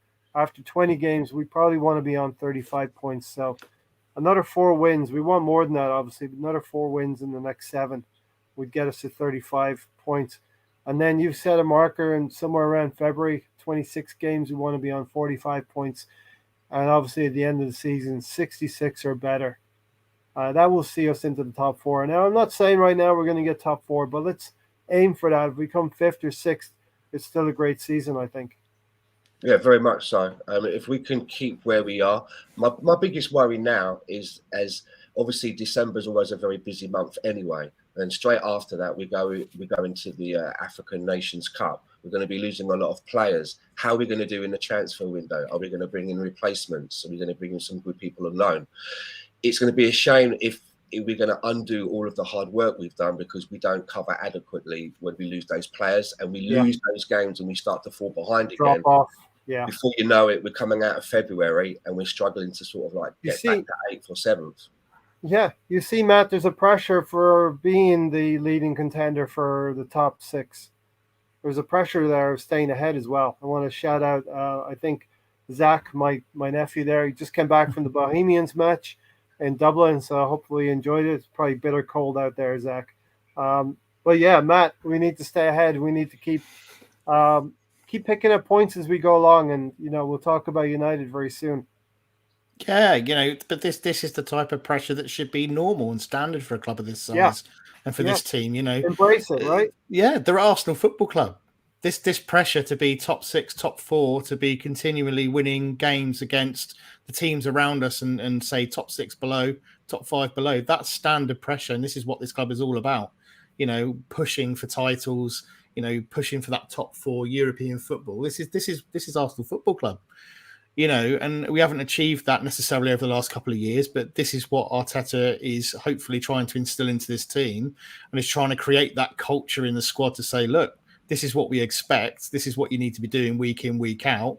8th place isn't acceptable, and we need to be getting into that top 6, top 4 and achieving European football again. So, yeah, absolutely. I think to me, that's not unacceptable pressure. That's not it's not unfair or unjust pressure. That's just the standard level of pressure that should be on this team or any team that Arsenal fields, as a football club. So if they can't stand the heat, then they need to get out the kitchen. And we need exactly. I think our players are doing that. We're stepping up to the plate. We're winning the games that we need to get. So Stan, I know you probably already made up your mind here on your man in the match. So in the absence of Tony today, were you putting forward Tomiyasu as your man in the match, or you want to put a few candidates out there, Stan? I liked what Tomiyasu did. I had some stats. I haven't gotten to hand of a lot of what he done in yesterday's match. A lot of passes got to the right person. He made some good tackles and interceptions. Got an assist, beautiful assist that was as well. For me, I think Tomiyasu would be the man of the match for me. But there were a couple of other candidates as well. Yeah, Matt. Throw out a few candidates and we'll debate them in the absence of Tony. He doesn't get to decide today. We do. Do you know what? There are a couple for me. I think Sambi looked good. I thought that obviously Tomiyasu probably would edge it for me overall, given the whole game. But do you know what? I'd probably putting that aside. I think for me, Gabby, Martinelli coming on and making such a quick impact. The pressure for him to kind of cement a place or get some minutes in the team to show what he's worth and what he can do. I think for him to do that, for me, he probably gets it for me, I think. Generally, you don't give substitutes who come on and just do that within 2 minutes. You don't give them the man in the match. But I just think the frustration, though, Ray, for him, I think it's the wider picture for me with Martinelli. I think the poor performance on a whole. Okay, he got a great goal. He came on for 20 minutes, half an hour. Apart from the goal, he did a few good things. I think Tomiyasu probably played better overall in that game. But I just think the wider context with Martinelli and coming into that game, he hasn't had an opportunity really to show off and do what he can do. Because he's had 3, 4, 5 minutes here and there. I think the fact that he came on and did so well, for me, I'm just going to give it to him for that fact alone, I think. Brilliant. I'll throw in Sambi Lokonga. I thought he had a great game as well. in midfield. Really tried. Partey's struggling right now. I don't really know what's going on. Most of our experienced players, we would say, are struggling. I don't know if they're crumbling under the pressure of expectation of performance. But Lokonga played well. Tavares, I thought, had a good game, but I'm going to give it to Bukayo Saka myself. Tough game in the first half. I think he was double teamed by Newcastle. They saw him as an obvious threat. He was able to wrangle free, go to the left-hand side and create that overload. He just came alive in the first 15 minutes of the second half. So, but there you go. I mean, there's no clear outright winner, but I think Stan's going for Tomiyasu. I've gone for Saka, and Matt has gone for Martinelli. And I'm sure Tony will let me know what we should have chose. Anyway, he'll tell me all about it, But moving on, Stan, I want to talk a little bit about Arsene Wenger in the documentary. I think we've all seen it at this point, right? Yeah. What were your thoughts there? What were your takeaways from the real quick? We won't spend a whole lot of time on Arsene Wenger and the Invincibles documentary. For me personally, I found it very nostalgic. Looking back over the happier times at Arsenal, because it was a great it was a great time to be an Arsenal supporter back then, of what was unfolding, and it was a reminder for me about Arsene Wenger, the person, and the sort of man that he is, and the way that his outlook on life and his outlook on people, and the talk about him coming back to the club in some capacity, I'd like to see it happen now. He's been away now from the club, I think, long enough. There's been a couple of managers in between. And if he does come back to the club, I think if it has some kind of an upstairs role, I think overall it would be really good for the club. But also as well, there was a stark reminder of how he was treated by the end by some section of our supporters. And at that time, just to make it clear of everybody, I was in that camp where it was getting a little bit stale. He had overstayed his welcome, but I was of the, thank you very much, but I think it's time that we now try something a little bit different, please. There were a lot of other people that were really quite angry and vocal about it. And, you look at Arsene Wenger's tenure as an Arsenal manager, and you can basically put it in two halves. You've got the first 10 years and the last 10 years. Yes. That first 10 years was just champagne. It was some of the best stuff that I've ever seen. The amount of times that we finished second to Man United, but we were the darlings of the Premier League. We had so many eyes on Arsenal from other teams. It doesn't matter what team you supported. If there was an Arsenal game on, you'd put it on if you didn't have anything else to do, because you know that you're going to see a good game of football. And that was the kind of reputation that we had from going from boring Arsenal, which was our moniker for so long. 1-0 to the Arsenal. Exactly. And turning it around to being one of the most, easy on the eye and, one of the best loved clubs in the league, with other fans. It was a great turnaround. Yeah. Reddy said some Spurs fan. I felt sorry for the Spurs fan who traveled all the way from Dallas to London, and then he went to Burnley, only discovered the game was put off. That game was cancelled. Didn't you have Sean Dyche on here earlier? Yeah, he popped in to say that you missed that, Stan. The second time you missed a cracker. Yeah. Missed a corker. How was he? In good spirits as always, Stan. Say again? In good spirits, typical Northern spirits. I tell you what I found quite strange, because I was listening to a bit of that. In his spare time, he sits in a room and watches replays of VAR decisions. He's tough as nails as well. I mean, better man than me. Yeah, better man than you, definitely. Matt, a couple of chuckles from that documentary. Ian Wright was Arsene who? And then Inspector Clouseau. It was golden stuff. Righty having fun with that. Do you know what? And I absolutely echo what Stan says. Nostalgic is a great word for it. Emotional. I found watching that quite difficult at times, actually, because like you say, when you've sat and watched what he's given us over the years, and like you say, definitely first 10 years versus last 10 years, I think that's a great way of looking at it. But I got emotional looking at that. The club was everything to him, and he's given us some fantastic football over the years. You can see, like you say, the way he carried himself, the dedication and commitment to the club, to his way of thinking and to his cause. You know, it was a difficult watch, but it was a very interesting one. You know, and you can see the respect that the former players still have for him. You know, a lot of them still call him boss. You know, it was just brilliant. You know, and some of that, obviously, the difficulties that he faced, obviously moving into the new stadium. You know, lack of finances.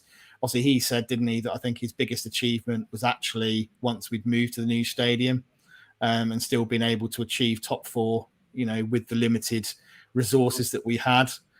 But just, you know, watching back the squad, the team, you know, that culture and the character that we had back then, you know, like he said, you know, real men, you know, proper characters, strong-headed, you know, that absolute winning culture around the club, you know, that English mentality, as he put it. You know, he didn't want to take that out of, you know, he didn't want the likes of Bergkamp and some of the foreign players coming in to lose that. He didn't want that to influence and take that away from the club. You know, you could just see the strength of character in that squad. And, you know, when you looked at the Manchester United game, obviously that infamous one with Ruud van Nistelrooy's penalty and Martin Keown in that famous photo, you know, just that strength of character, the likes of Vieira, you know, it was just an immense squad. And that achievement of, you know, going through that season, 2003, 2004, invincible season, you know, he came out very early, didn't he, in that season and said, this is what we're going to do. Could have been absolutely slaughtered for it, and went on to achieve it. You know, phenomenal. And like I say, watching the send-off was a bit of a sad moment, really, because, you know, he was going out there to a section of fans that were very grateful for him. And I'm very much in the same kind of camp as Stan, that I think, you know, I very much admired Arsene Wenger. I've got a huge amount of respect for him, love him, absolutely love him. But I think it was definitely time to try something new. But sadly, we had a section of the fan base that were very vocal. And I kind of felt sorry for him, because it almost felt like he was going out to that stadium. It was like, yeah, you're here saying thank you, but actually I'm almost being stabbed in the back at the same time. It was quite difficult to watch that.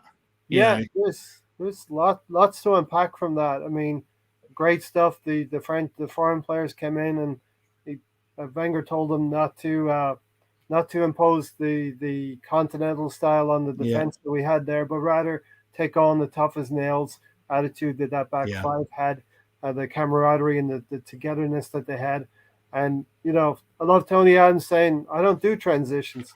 That's the kind of attitude that you want players. Yeah, that's great, man. I don't do transitions. And I mean, they're all sussing them out, but very quickly players, especially in the modern day, players suss out a new manager, and to understand that they were on board with him. The dressing room, he didn't lose the dressing room at all, even though he did look a little bit strange with a oversized suit and large glasses that he was wearing. You know, I love that clip that every time you see like an Arsenal or Wenger documentary, and I was waiting for it to be shown, and as clockwork it come up, that clip where he's like left work, it's nighttime, he's got his briefcase, hello, I'm still here. Okay, I see, but he's standing, and it's like he looks like he's lost in London. He doesn't know where the fuck he's going, just walking around with his briefcase. I'm going home now. Home now. Okay, I see you later. But I'd like to also talk about David Dean as well, because we're getting to that. Don't worry about it. I did like, as Brady said, I have a lot to say about David Dean. So I did love the scenes from the village as well. You know, put a little bit of the human aspect to him going home as well, back to that small village, and you get to understand a little bit of who Arsene Wenger was a little bit more because of his surroundings and how he grew up. And I think Fergie, while they had that rivalry, Matt, over the years, they grew to understand they were of the same, cut from the same cloth very much. So, you know what I mean? Yeah, I mean, it was interesting, wasn't it? Because obviously Sir Alex, right at the beginning was like, in that clip that came up, he goes, I don't think he understands the demands and the pressures of the Premier League. You know, we'll never win anything. And, you know, I think it's short because I was waiting to see the whole clip. They cut it short. At the end of it, he says, I think Arsene Wenger should keep his mouth shut. Yeah, I yeah. don't remember that. Well, That's there interesting. was a little bit of bristles up about Ferguson, and he was rolling the roost at that time, Matt. Yeah, well, he was a dominant force. He was the man to beat, wasn't he? Really. And Arsene Wenger, although he's not a big shouty person, he's a very, very generally quite a calm and collected guy. You see him occasionally kind of lose his rag a little bit, but he wasn't the Sir Alex Ferguson hairdryer treatment type manager. But he was very confident. You got from that documentary that he still had fight in him, but just in a different way. Because sometimes I think when you look at Wenger on the sidelines, you could almost see he was a little bit apathetic. Sometimes you thought at times, and you thought, is he the type of manager to lay into players, or how does he get the best out of his players when he's not kicking, shouting, and screaming sometimes and trying to get that out of them at half time? But yeah, I think that was he did a different way of doing it.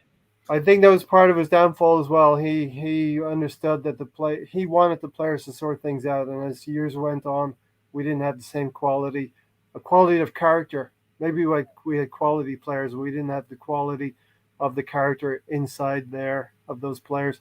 The assemble. I started watching Arsenal in the late '80s, so I came in on George Graham, and then Bruce Rioch and Arsene Wenger, of course.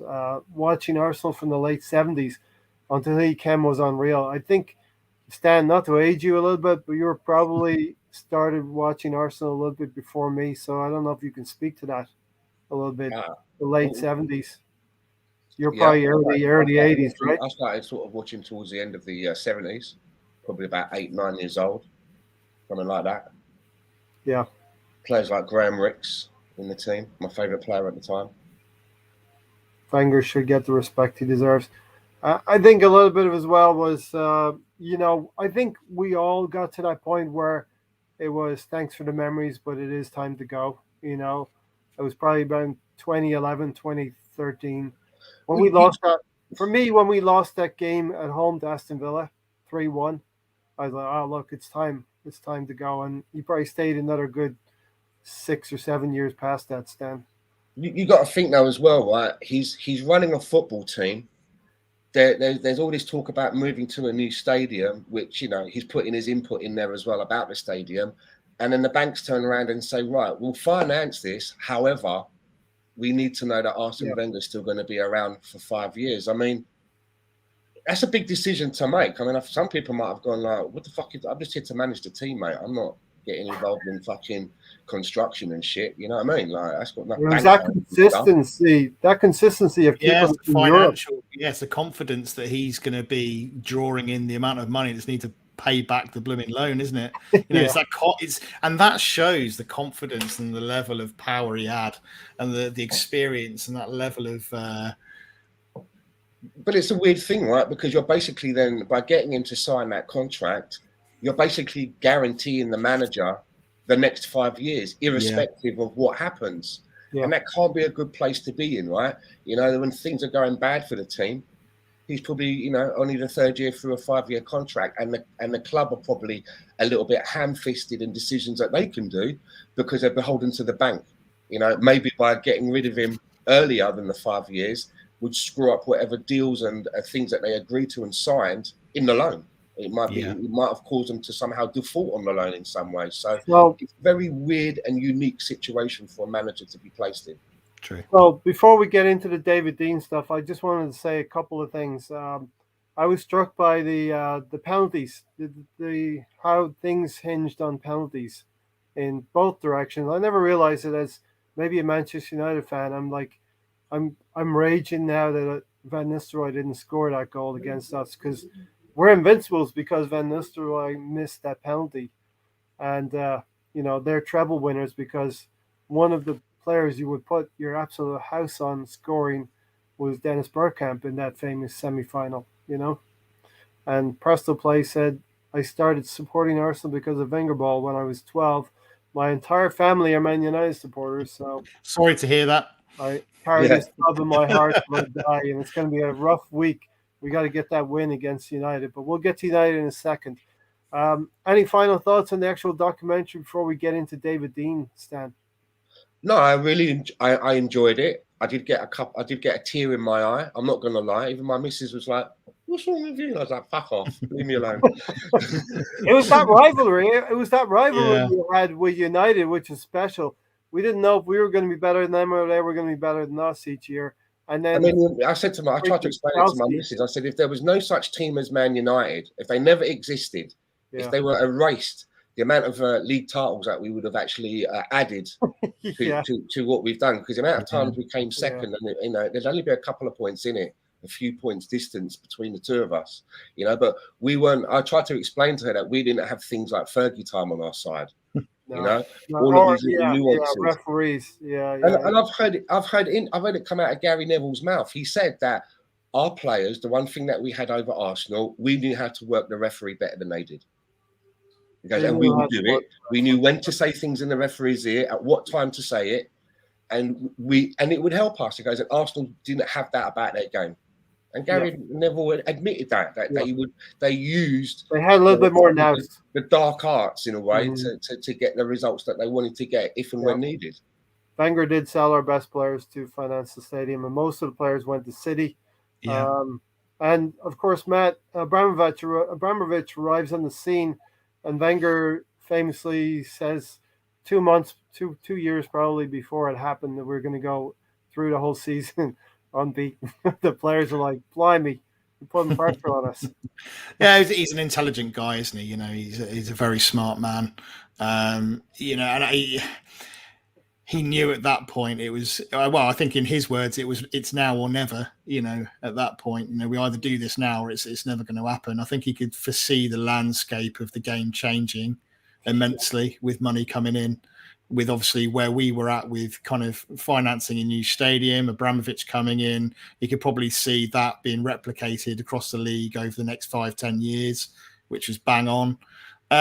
So yeah, he was kind of right to kind of put that challenge on the team at that point. He obviously believed in them, which is great, and he obviously instilled that belief in his teams, which is brilliant. He was great for developing young talent and identifying and spotting great talent. You look at the likes of players that he's brought in and nurtured and developed. Even Thierry Henry, who from Juventus coming in, changed his position, brought his confidence back, spotted those qualities in him, and the rest is history, isn't it? So yeah, phenomenal manager. But like you say, I think it was the right. Well, like I say, we all know maybe outstayed his welcome a little bit towards the end, but the amount of respect and love for Arsene Wenger I have is immense.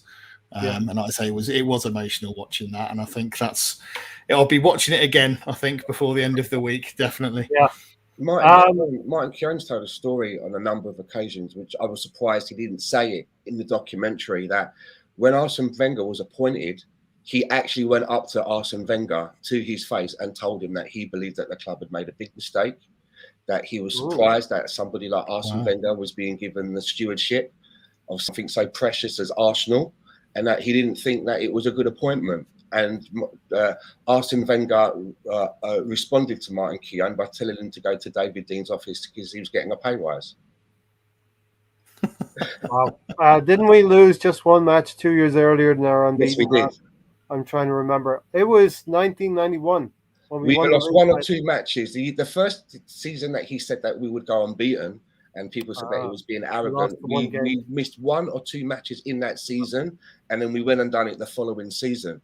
But I think that one of the biggest triumphs is, we didn't win the league on the last day of the season. We won it with matches to go, and it must be so difficult when you're in that position. How do you keep the team interested for the rest of those league games? They're already, you can't take the champagne cork out of the bottle yet because you got to leave it in. Telling. Yeah, it was quite telling when he said, Stan, listen, you've won the league now. Now it's up to you if you just want to be another team that just won the league or if you want to do something unique here, Matt. And, that was amazing. What I will say, we'll get into the what's his name, David Dean section now.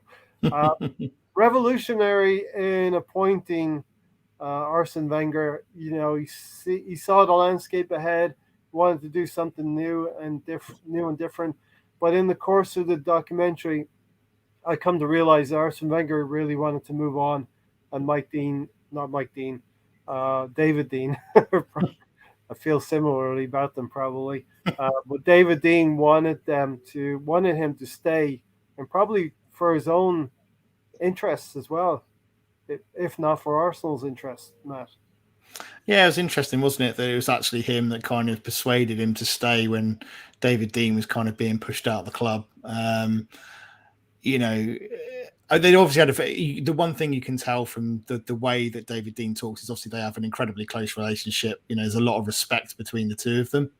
You know, you could see David Dean even on the Arsene Wenger, not on the documentary, but the show they had a couple of weeks previous. You know, you could see David Dean getting quite emotional, talking about that particular time at the club. You know, I think was it his David Dean's wife that actually kind of, I think there was a story in the documentary. You want to meet my husband? Yeah, he was stood outside the stadium, wasn't he, at a game, and he went out for his half-time cigarette. So it was his wife ended up chatting to him. 1989, 2nd of January. I actually looked at that. That was the day that the North Bank clock was set up. So I went back and looked at that victory. I remember those goals from Paul Merson, and I don't know who scored the second goal, but go ahead, Matt. Sorry.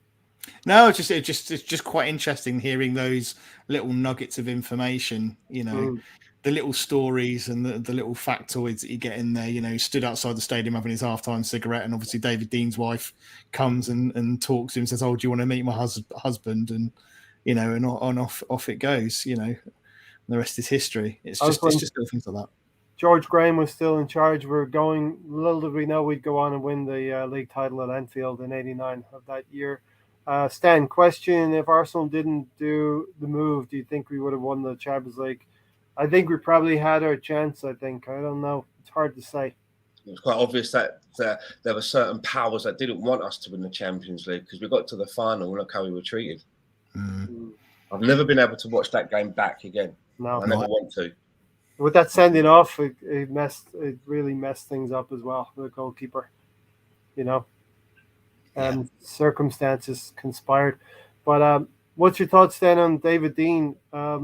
Basically, handcuffing Wenger to staying at the Emirates. Two sides to my opinion on David Dean. The first part is the good. I mean, there's no doubt what he done, not only for Arsenal, but for British football.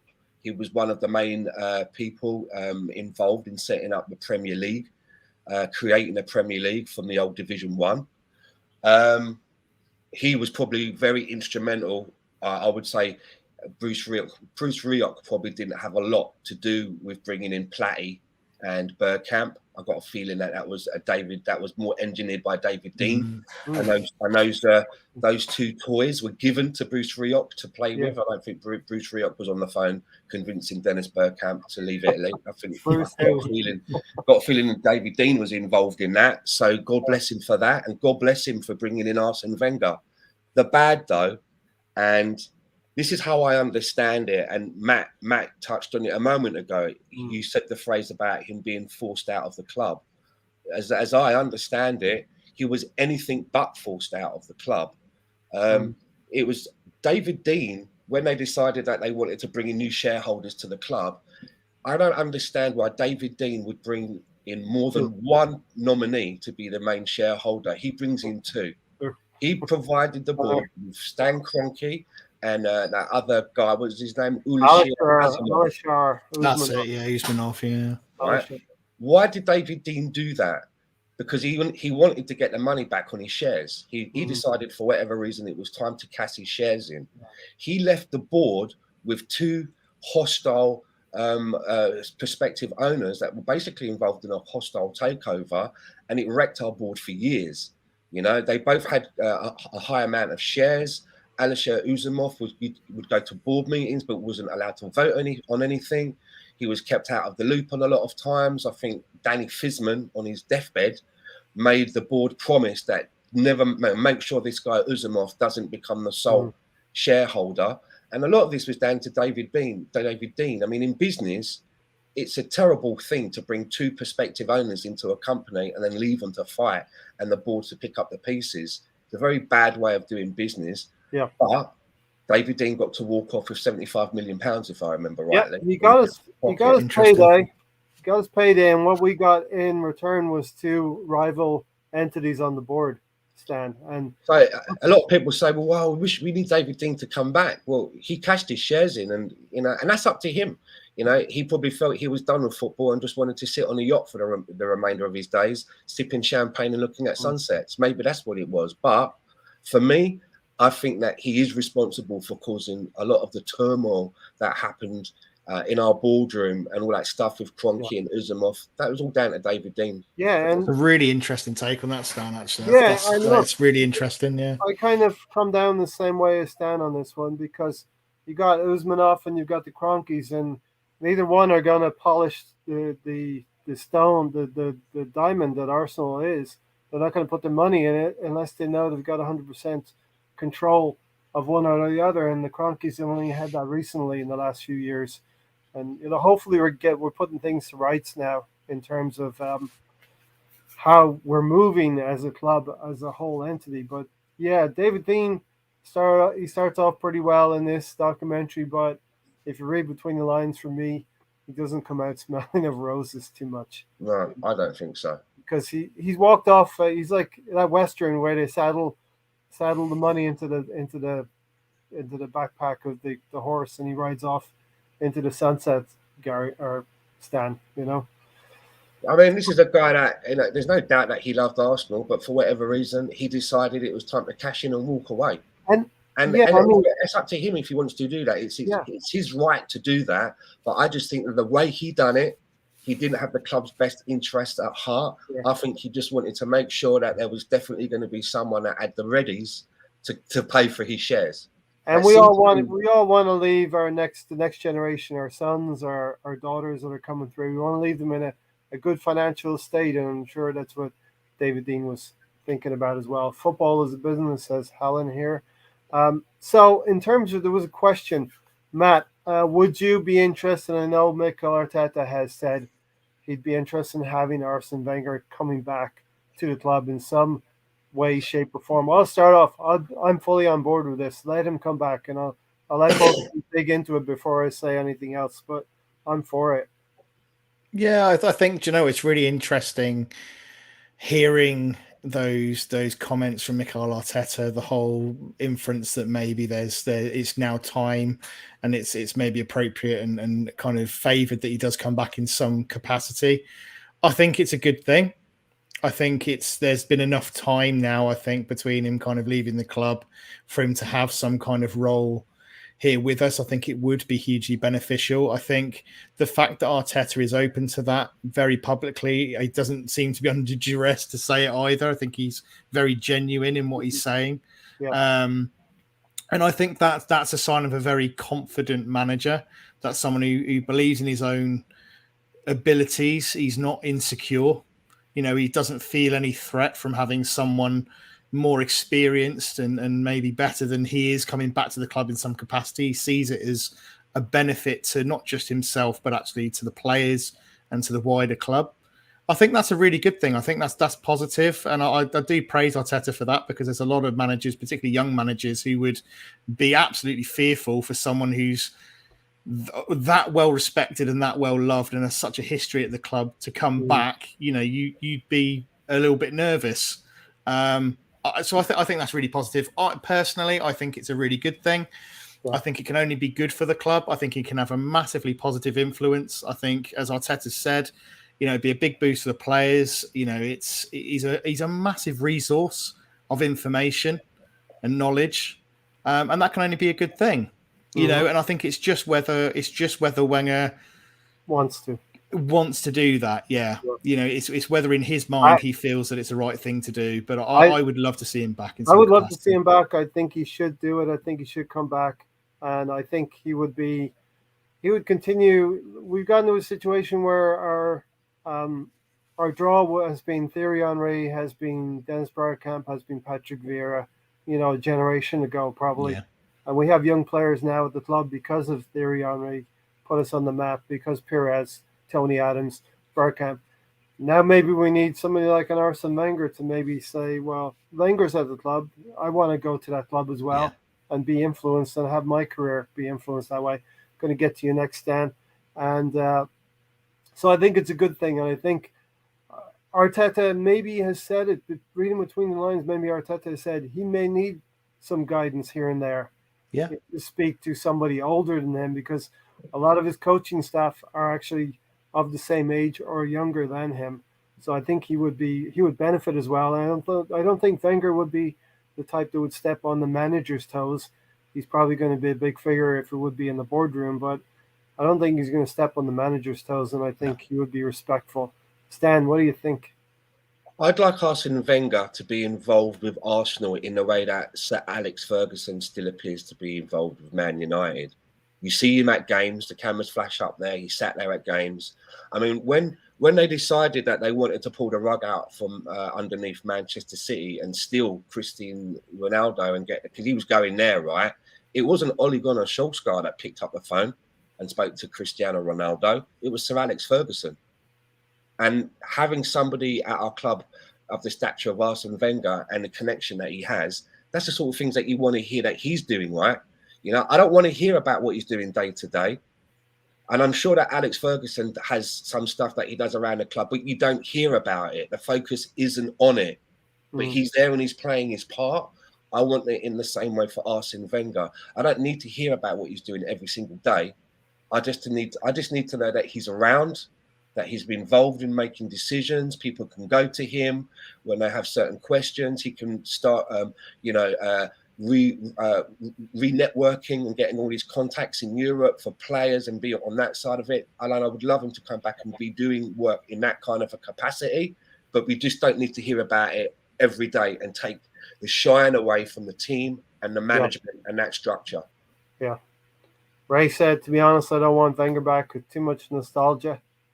So, I think Mahir is not exactly in favor of it either. So I think the key thing, though, is what Ray said about not stepping on people's toes. I think as long as he's not given too much influence, I think as long as he's given influence in the right areas and he's not stepping on Arteta's toes and is interfering, I think as long as there's kind of that understanding and there's very clear boundaries and as to what they're doing, I think it could work well. But I think, if we go down the nostalgia route and he starts interfering with things, then it's not going to be a good thing to do. Yeah, I can just imagine like Arteta leading the team onto the pitch, and then as he turns around to go to the dugout, Arsene Wenger sat in his chair, with his coat on, doing his zip up. Well, and he's like, I can't just tell him to get out of my chair, can I? I don't know who said this a week ago on the podcast. It was like Ole Gunnar Solskjaer is giving his speech, and then he turns around and says, "What do you think, Ronaldo?" But I don't want that situation with Arteta and Wenger. Can I just say, though, on that coat, by the way, that coat zip, I reckon there was a whole manufacturing issue there because I remember having that coat as a kid and I had exactly the same problem. So I'm with Wenger on this. I had the same bloody issue with the zip. Yeah, I think so puffy. It's like you can't see the bottom of the zipper at all. Wenger knows manufacturing issue. Inside out. And the zipper is always the first thing to go. Wenger is a much better leader for Arsenal than the hierarchy will ever be. The day Arsenal sold history to the garbage owner was a dark day for the club. Yeah, that's what they call progress, right? Unfortunately, and you kind of have to sell your soul a little bit if you want to be at the top, at the higher end of the table. I hope Wenger punches Stan Kroenke in the face. Not going to happen. They're going to hog it out, right? Right, Stan? Yeah, I think Wenger's more of a Chinese burn kind of a person. And a puncher. Yeah, but listen, we knew at the time that Wenger was papering over a lot of the cracks that the Kroenkes were emitting from the club, and he was probably trying to fix a lot of things. Stubbornness was never his good trait either with Arsene Wenger, but listen, he gave us a lot of success. Like Stan said, first 10, 12 years were very, very good. The last 10 years, it was never as bad as Tottenham. We still won trophies. Yeah. But it could have been better. You know what I mean? There was situations, especially in the league, where we could have won the league itself. But for Arsene Wenger and his economics degree held him back a little bit as well. Just touching on what we were saying about managers and their support system and things like that. I mean, I just touching on Man United. I mean, they just got rid of Ole Gunnar Solskjaer eventually. something that has been protracted and dragged out. But I don't understand the point of Man United dismissing Ole Gunnar Solskjaer and then keeping his same coaching staff in and making Carrick the interim manager until they can find a second interim manager and Ralph Rangnick. I mean, you're not getting rid of the problem. If you're just getting rid of the figurehead, because Ole Gunnar Solskjaer wasn't out there taking the training sessions every day with the United players, it was Michael Carrick and his team. So all they've done for me is get rid of the figurehead, and the problem is still really there. And that's why I'm looking forward to playing them on Thursday. I think they're going to have that little bit of a bounce, but Rangnick is going to be a long-term influence, if at all, on their side.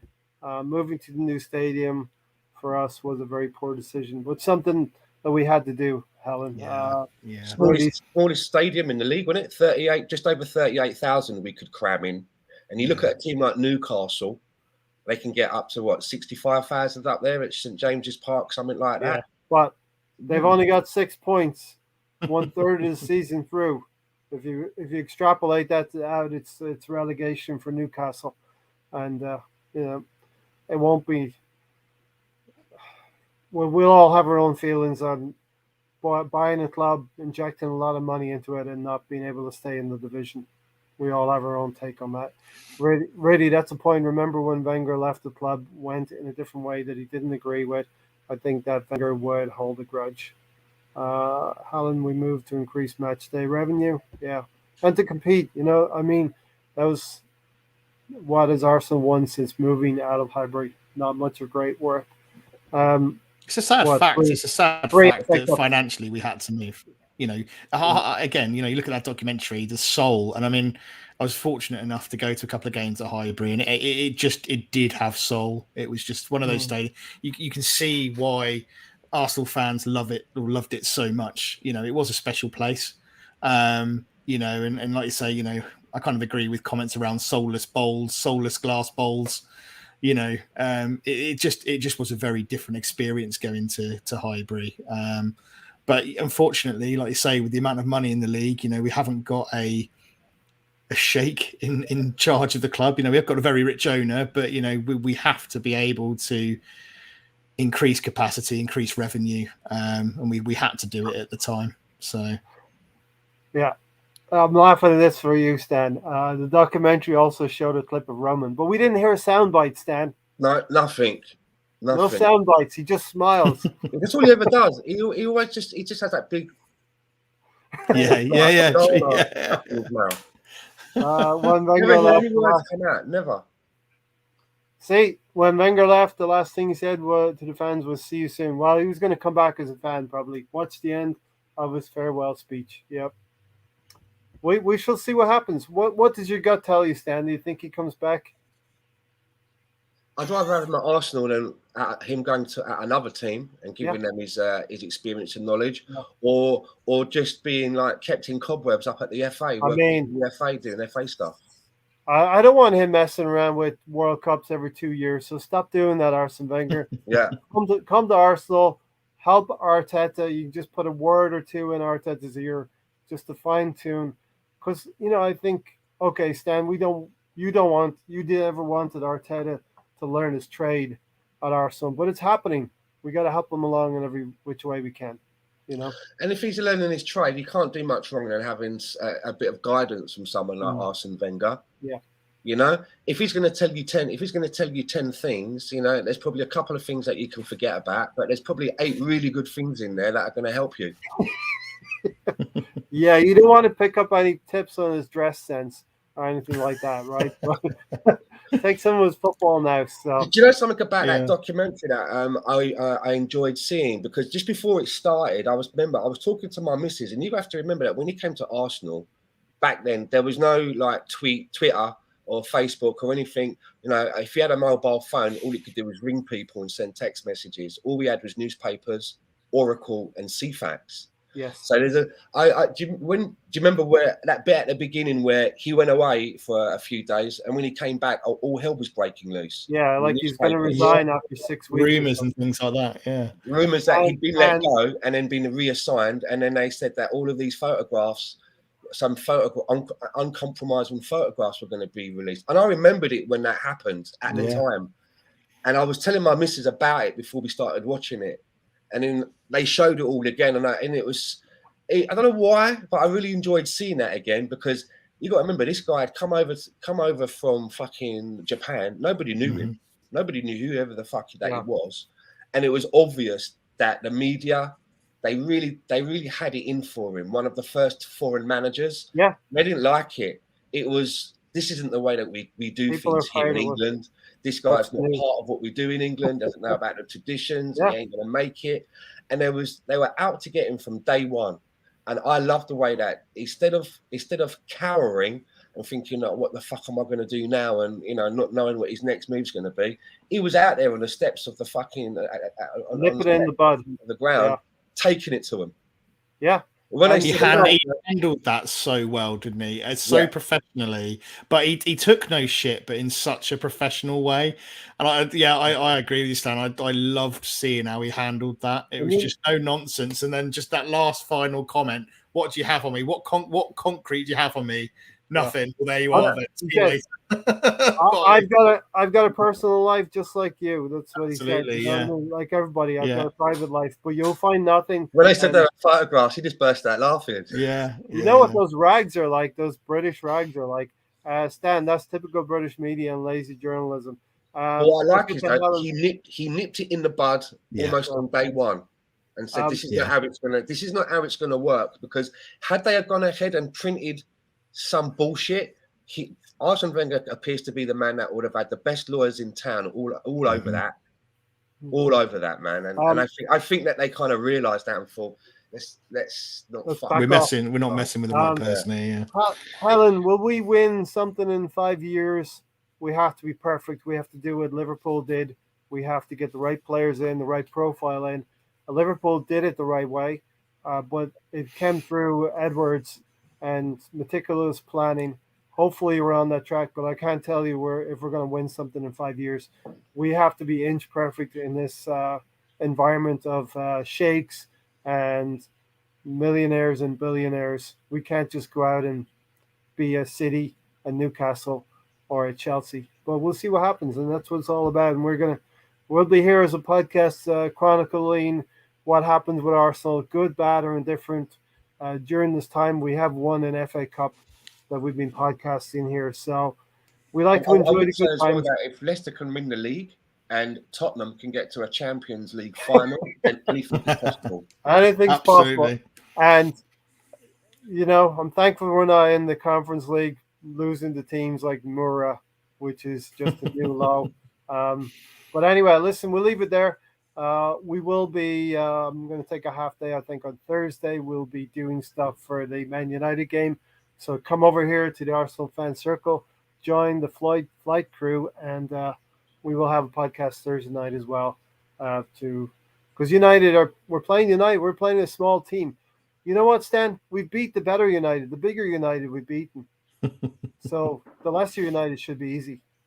Yeah, I just hope they don't decide to unleash Donny van der Beek on us and he gets a hat trick or something. I don't want to have to say, Stan, you were right. He's a hell of a player. That would be terrible. But anything can happen. We've earned the right for a slip up. We're up there. We're on schedule.